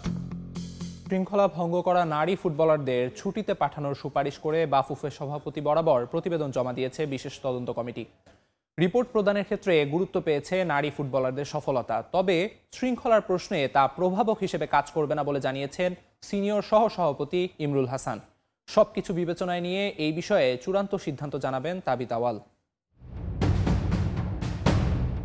নাই মামার চেয়ে কানা মামা ভালো নাকি দুষ্ট গরুর চেয়ে শূন্য গোয়াল? প্রেক্ষাপট বিবেচনায় দুটো প্রবাদই হয়তো সঠিক। অর্জন বিবেচনায় নিলে সাবিনা মাসুরাদের বিপক্ষে যাওয়া কঠিন, কিন্তু যদি শৃঙ্খলার প্রশ্ন ওঠে তবে নিশ্চয়ই সমঝোতার সুযোগ নেই। এমন পরিস্থিতির ঠিক মাঝে পড়ে আছে দেশের নারী ফুটবল। গেল কয়েক বছরে অর্জনের পরিপূর্ণ খাতার পুরোটাই লিখেছেন ঋতুপর্ণা, মনিকা চাকমারা। তাদের এই অর্জন অস্বীকার করার কোনো উপায় নেই। সেটা বিবেচনায় রেখেই রিপোর্ট তৈরি করেছে বাফুফের বিশেষ তদন্ত কমিটি। তবে সর্বোচ্চ গুরুত্ব পেয়েছে তাদের শৃঙ্খলা ভঙ্গের বিষয়টি। নারী ফুটবল দল কিন্তু আমাদেরকে অনেক সাফল্য এনে দিয়েছে, তো সেটা কিন্তু অস্বীকার করার কোনো সুযোগই নেই। তো আমরা নারী ফুটবল দলের প্রতি কৃতজ্ঞ, এবং সবচেয়ে বড় জিনিস যেটা হচ্ছে সেটা হচ্ছে ডিসিপ্লিন। সেখানে সাফল্য কিংবা ব্যর্থতা কোনো মূল প্রভাব হিসেবে কাজ করবে বলে আমার অন্তত মনে হয় না। সবকিছু যাচাই বাছাই করে বেশ লম্বা একটা প্রতিবেদনই তৈরি করেছে তদন্ত কমিটি। কঠিন সিদ্ধান্ত আসতে চলেছে শৃঙ্খলা ভঙ্গ করা নারী ফুটবলারদের বিরুদ্ধে। সূত্র বলছে বিদ্রোহ করা পুরো 18 জন না হলেও অন্তত 5 থেকে 6 ফুটবলারকে ছুটিতে পাঠানোর সুপারিশ করা হয়েছে রিপোর্টে। আমরা কিছু সিদ্ধান্ত উপনীত হয়েছি এবং কিছু সুপারিশ কারণ খুঁজে পেয়েছি। তো সেই কারণগুলো প্রতিকারার্থে কি করণীয় এবং সেগুলো পিছনের কারণসমূহ উল্লেখ করে আমরা আমাদের প্রতিবেদন আজকে বাংলাদেশ ফুটবল ফেডারেশনের সভাপতির দপ্তরে জমা দিয়েছি। সব দিক বিবেচনা করে, আবেগ যেমন ছিল, তাদের সাফল্য প্লাস নিয়ম অনুবর্তিতা, আমরা সব দিক বিবেচনা করেই আমরা অন্তত আমাদের দায়িত্বের প্রতি নির্বাহ ছিলাম। একই সঙ্গে বিবেচনায় আনা হয়েছে নারী উইংয়ের ভূমিকা। গেল সাফ থেকে চলা কোচ পিটার বাটলারের সঙ্গে এই ঝামেলা এখনো কেন জিইয়ে রাখা হয়েছে, এই প্রশ্নেরও উত্তর খোঁজার চেষ্টা করেছে তদন্ত কমিটি। বল এখন সভাপতি তাবিথ আওয়ালের কোর্টে। তিনি কি সিদ্ধান্ত নেন সেটাই এখন দেখার বিষয়। নারী উইং এর করণীয় কি ছিল? এস এম ইকবাল, সময় সংবাদ, ঢাকা। ক্রীড়াঙ্গন থেকে প্রথমবারের মতো কোনো দল হিসেবে 21 পদক পেতে যাচ্ছে বাংলাদেশ জাতীয় নারী ফুটবল দল। রাষ্ট্রের দ্বিতীয় সর্বোচ্চ সম্মাননা পেয়ে উচ্ছ্বসিত নারী ফুটবলাররা। বাংলার জয়িতাদের এমন অর্জনের ভূয়সী প্রশংসা করেছেন সংস্কৃতি উপদেষ্টা ও বাফুফে কর্তারা। 21 পদক পাওয়া দেশের ফুটবলের জন্য গৌরবের বলে মন্তব্য করেছেন ফেডারেশনের সিনিয়র সহসভাপতি ইমরুল হাসান। ব্যাপারটা আত্মসম্মানের। দেশের ফুটবলের আকাশ জুড়ে কালো মেঘের ঘন ঘটা। কোচ ফুটবলার দ্বন্দ্ব নিয়ে যখন ক্রীড়াঙ্গনে তোলপাড়, তখনই স্বস্তির হাওয়া হয়ে এলো নারী ফুটবল দলের অনন্য এক অর্জনের ঘোষণা। রাষ্ট্রের দ্বিতীয় সর্বোচ্চ স্বীকৃতি 21 পদক পেতে যাচ্ছে দেশের ফুটবলে আলোর দিশা দেখানো নারী ফুটবল দল। ক্রীড়াঙ্গন থেকে 21 পদকে মনোনীত হওয়ার ঘটনা বিরল। বাংলাদেশের কোনো ক্রীড়া দলের 21 পদক পাওয়ার ঘটনা এটাই প্রথম। যে বিরল ঘটনার সাক্ষী হলো বাংলাদেশ জাতীয় নারী ফুটবল দল। টানা দুবার ইতিহাস গড়ে সাফ জয়ের কীর্তি এই দলটাকে নিয়ে গেছে অনন্য উচ্চতায়। এবার মিলছে তারই স্বীকৃতি। 21 পদক জয়ের মতো বড় কীর্তি দেশের ক্রীড়াঙ্গনের জন্য অনন্য এক অর্জন। নারী দলকে ভূয়সী প্রশংসায় ভাসালেন সংস্কৃতি উপদেষ্টা মোস্তফা সরওয়ার ফারুকী। এটা আমরা শুধু স্পোর্টিং ফেনোমেনার কারণে তাদেরকে দিচ্ছি না, এটা পরিষ্কার করে বলা ভালো। আমরা মনে করি যে বাংলাদেশ জাতীয় নারী ফুটবল দল স্পোর্টিং অ্যাচিভমেন্ট যেমন তাদের অসাধারণ, এটা একই সঙ্গে একটা ভেরি ইম্পর্টেন্ট কালচারাল ফেনোমেনাও বাংলাদেশের। দেশের ফুটবলে নারী ফুটবল দলের ধারাবাহিক সাফল্যে এমন স্বীকৃতি পেতে যাচ্ছে জয়িতারা। এমন অর্জনে উচ্ছ্বসিত ফুটবলার ও ফেডারেশন কর্তারা। শুধু ফুটবল না, আমি মনে করি যে কোনো স্পোর্টসের জন্য একটা বড় প্রাপ্তি। তো এটা এর জন্য বাংলাদেশ ফুটবল ফেডারেশনের সাথে সংশ্লিষ্ট পক্ষসমূহ এবং খেলোয়াড় যারা আছে তাদের প্রতি আমরা আন্তরিক কৃতজ্ঞ। 21 পদক পাওয়ার পথ ধরে নারী ফুটবলাররা আগামীতে আরও বড় কীর্তি গড়বেন প্রত্যাশা ক্রীড়াপ্রেমীদের। তাজিন খন্দকার, সময় সংবাদ, ঢাকা। জয়পুরহাটে স্থানীয়দের হস্তক্ষেপে বন্ধ হয়ে যাওয়া নারী ফুটবল ম্যাচ সুষ্ঠুভাবে মাঠে গড়ালো আবার। খেলোয়াড়দের নৈপুণ্যে মুগ্ধ উপস্থিত দর্শকরা। আগামীতে এ ধরনের অপ্রীতিকর ঘটনা রোধে সোচ্চার থাকবে বলে আশ্বাস জেলা প্রশাসনের। বিস্তারিত শহীদুল ইসলাম সবুজের রিপোর্টে।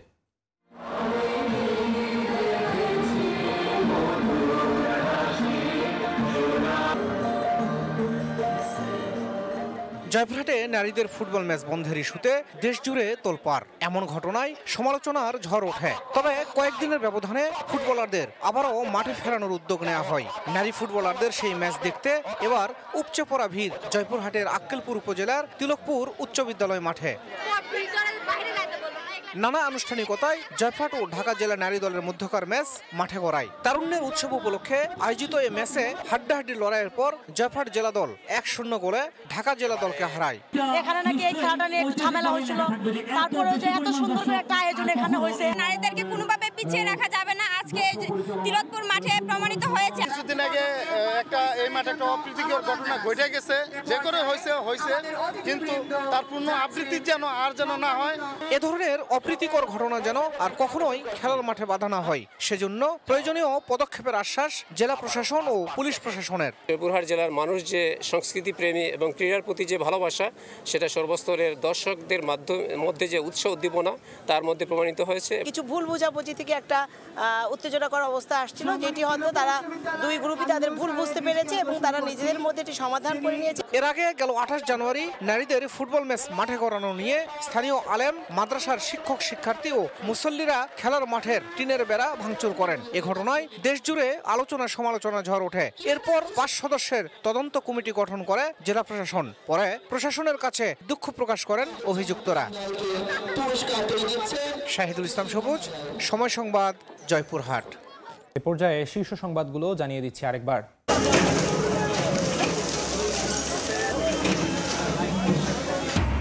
ছাত্র জনতার রোষে ধ্বংসস্তূপ শেখ মুজিবের বাড়ি, খুলনায় হাসিনার গেস্ট হাউস তছনছ, কিশোরগঞ্জে সাবেক রাষ্ট্রপতির বাসা ভাঙচুর, ফ্যাসিবাদের চিহ্ন না রাখার ঘোষণা।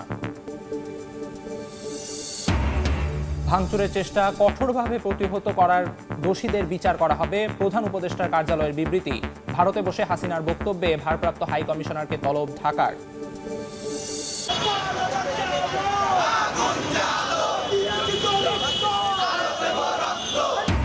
অবৈধ অস্ত্র উদ্ধার ও নিষিদ্ধ ছাত্রলীগ সদস্যদের গ্রেফতারের দাবি বৈষম্য বিরোধীদের। লুটের বন্দুক দিয়ে হামলায় ফ্যাসিবাদীরা, দাবি উপদেষ্টা আসিফের, অভিযানের নির্দেশনা। রাষ্ট্রের বিরুদ্ধে ষড়যন্ত্রের অভিযোগে মেহের আফরোজ শাওনের পর আরেক অভিনেত্রী সোহানা সাবা আটক, জিজ্ঞাসাবাদের জন্য ঢাকা মহানগর গোয়েন্দা পুলিশের হেফাজতে।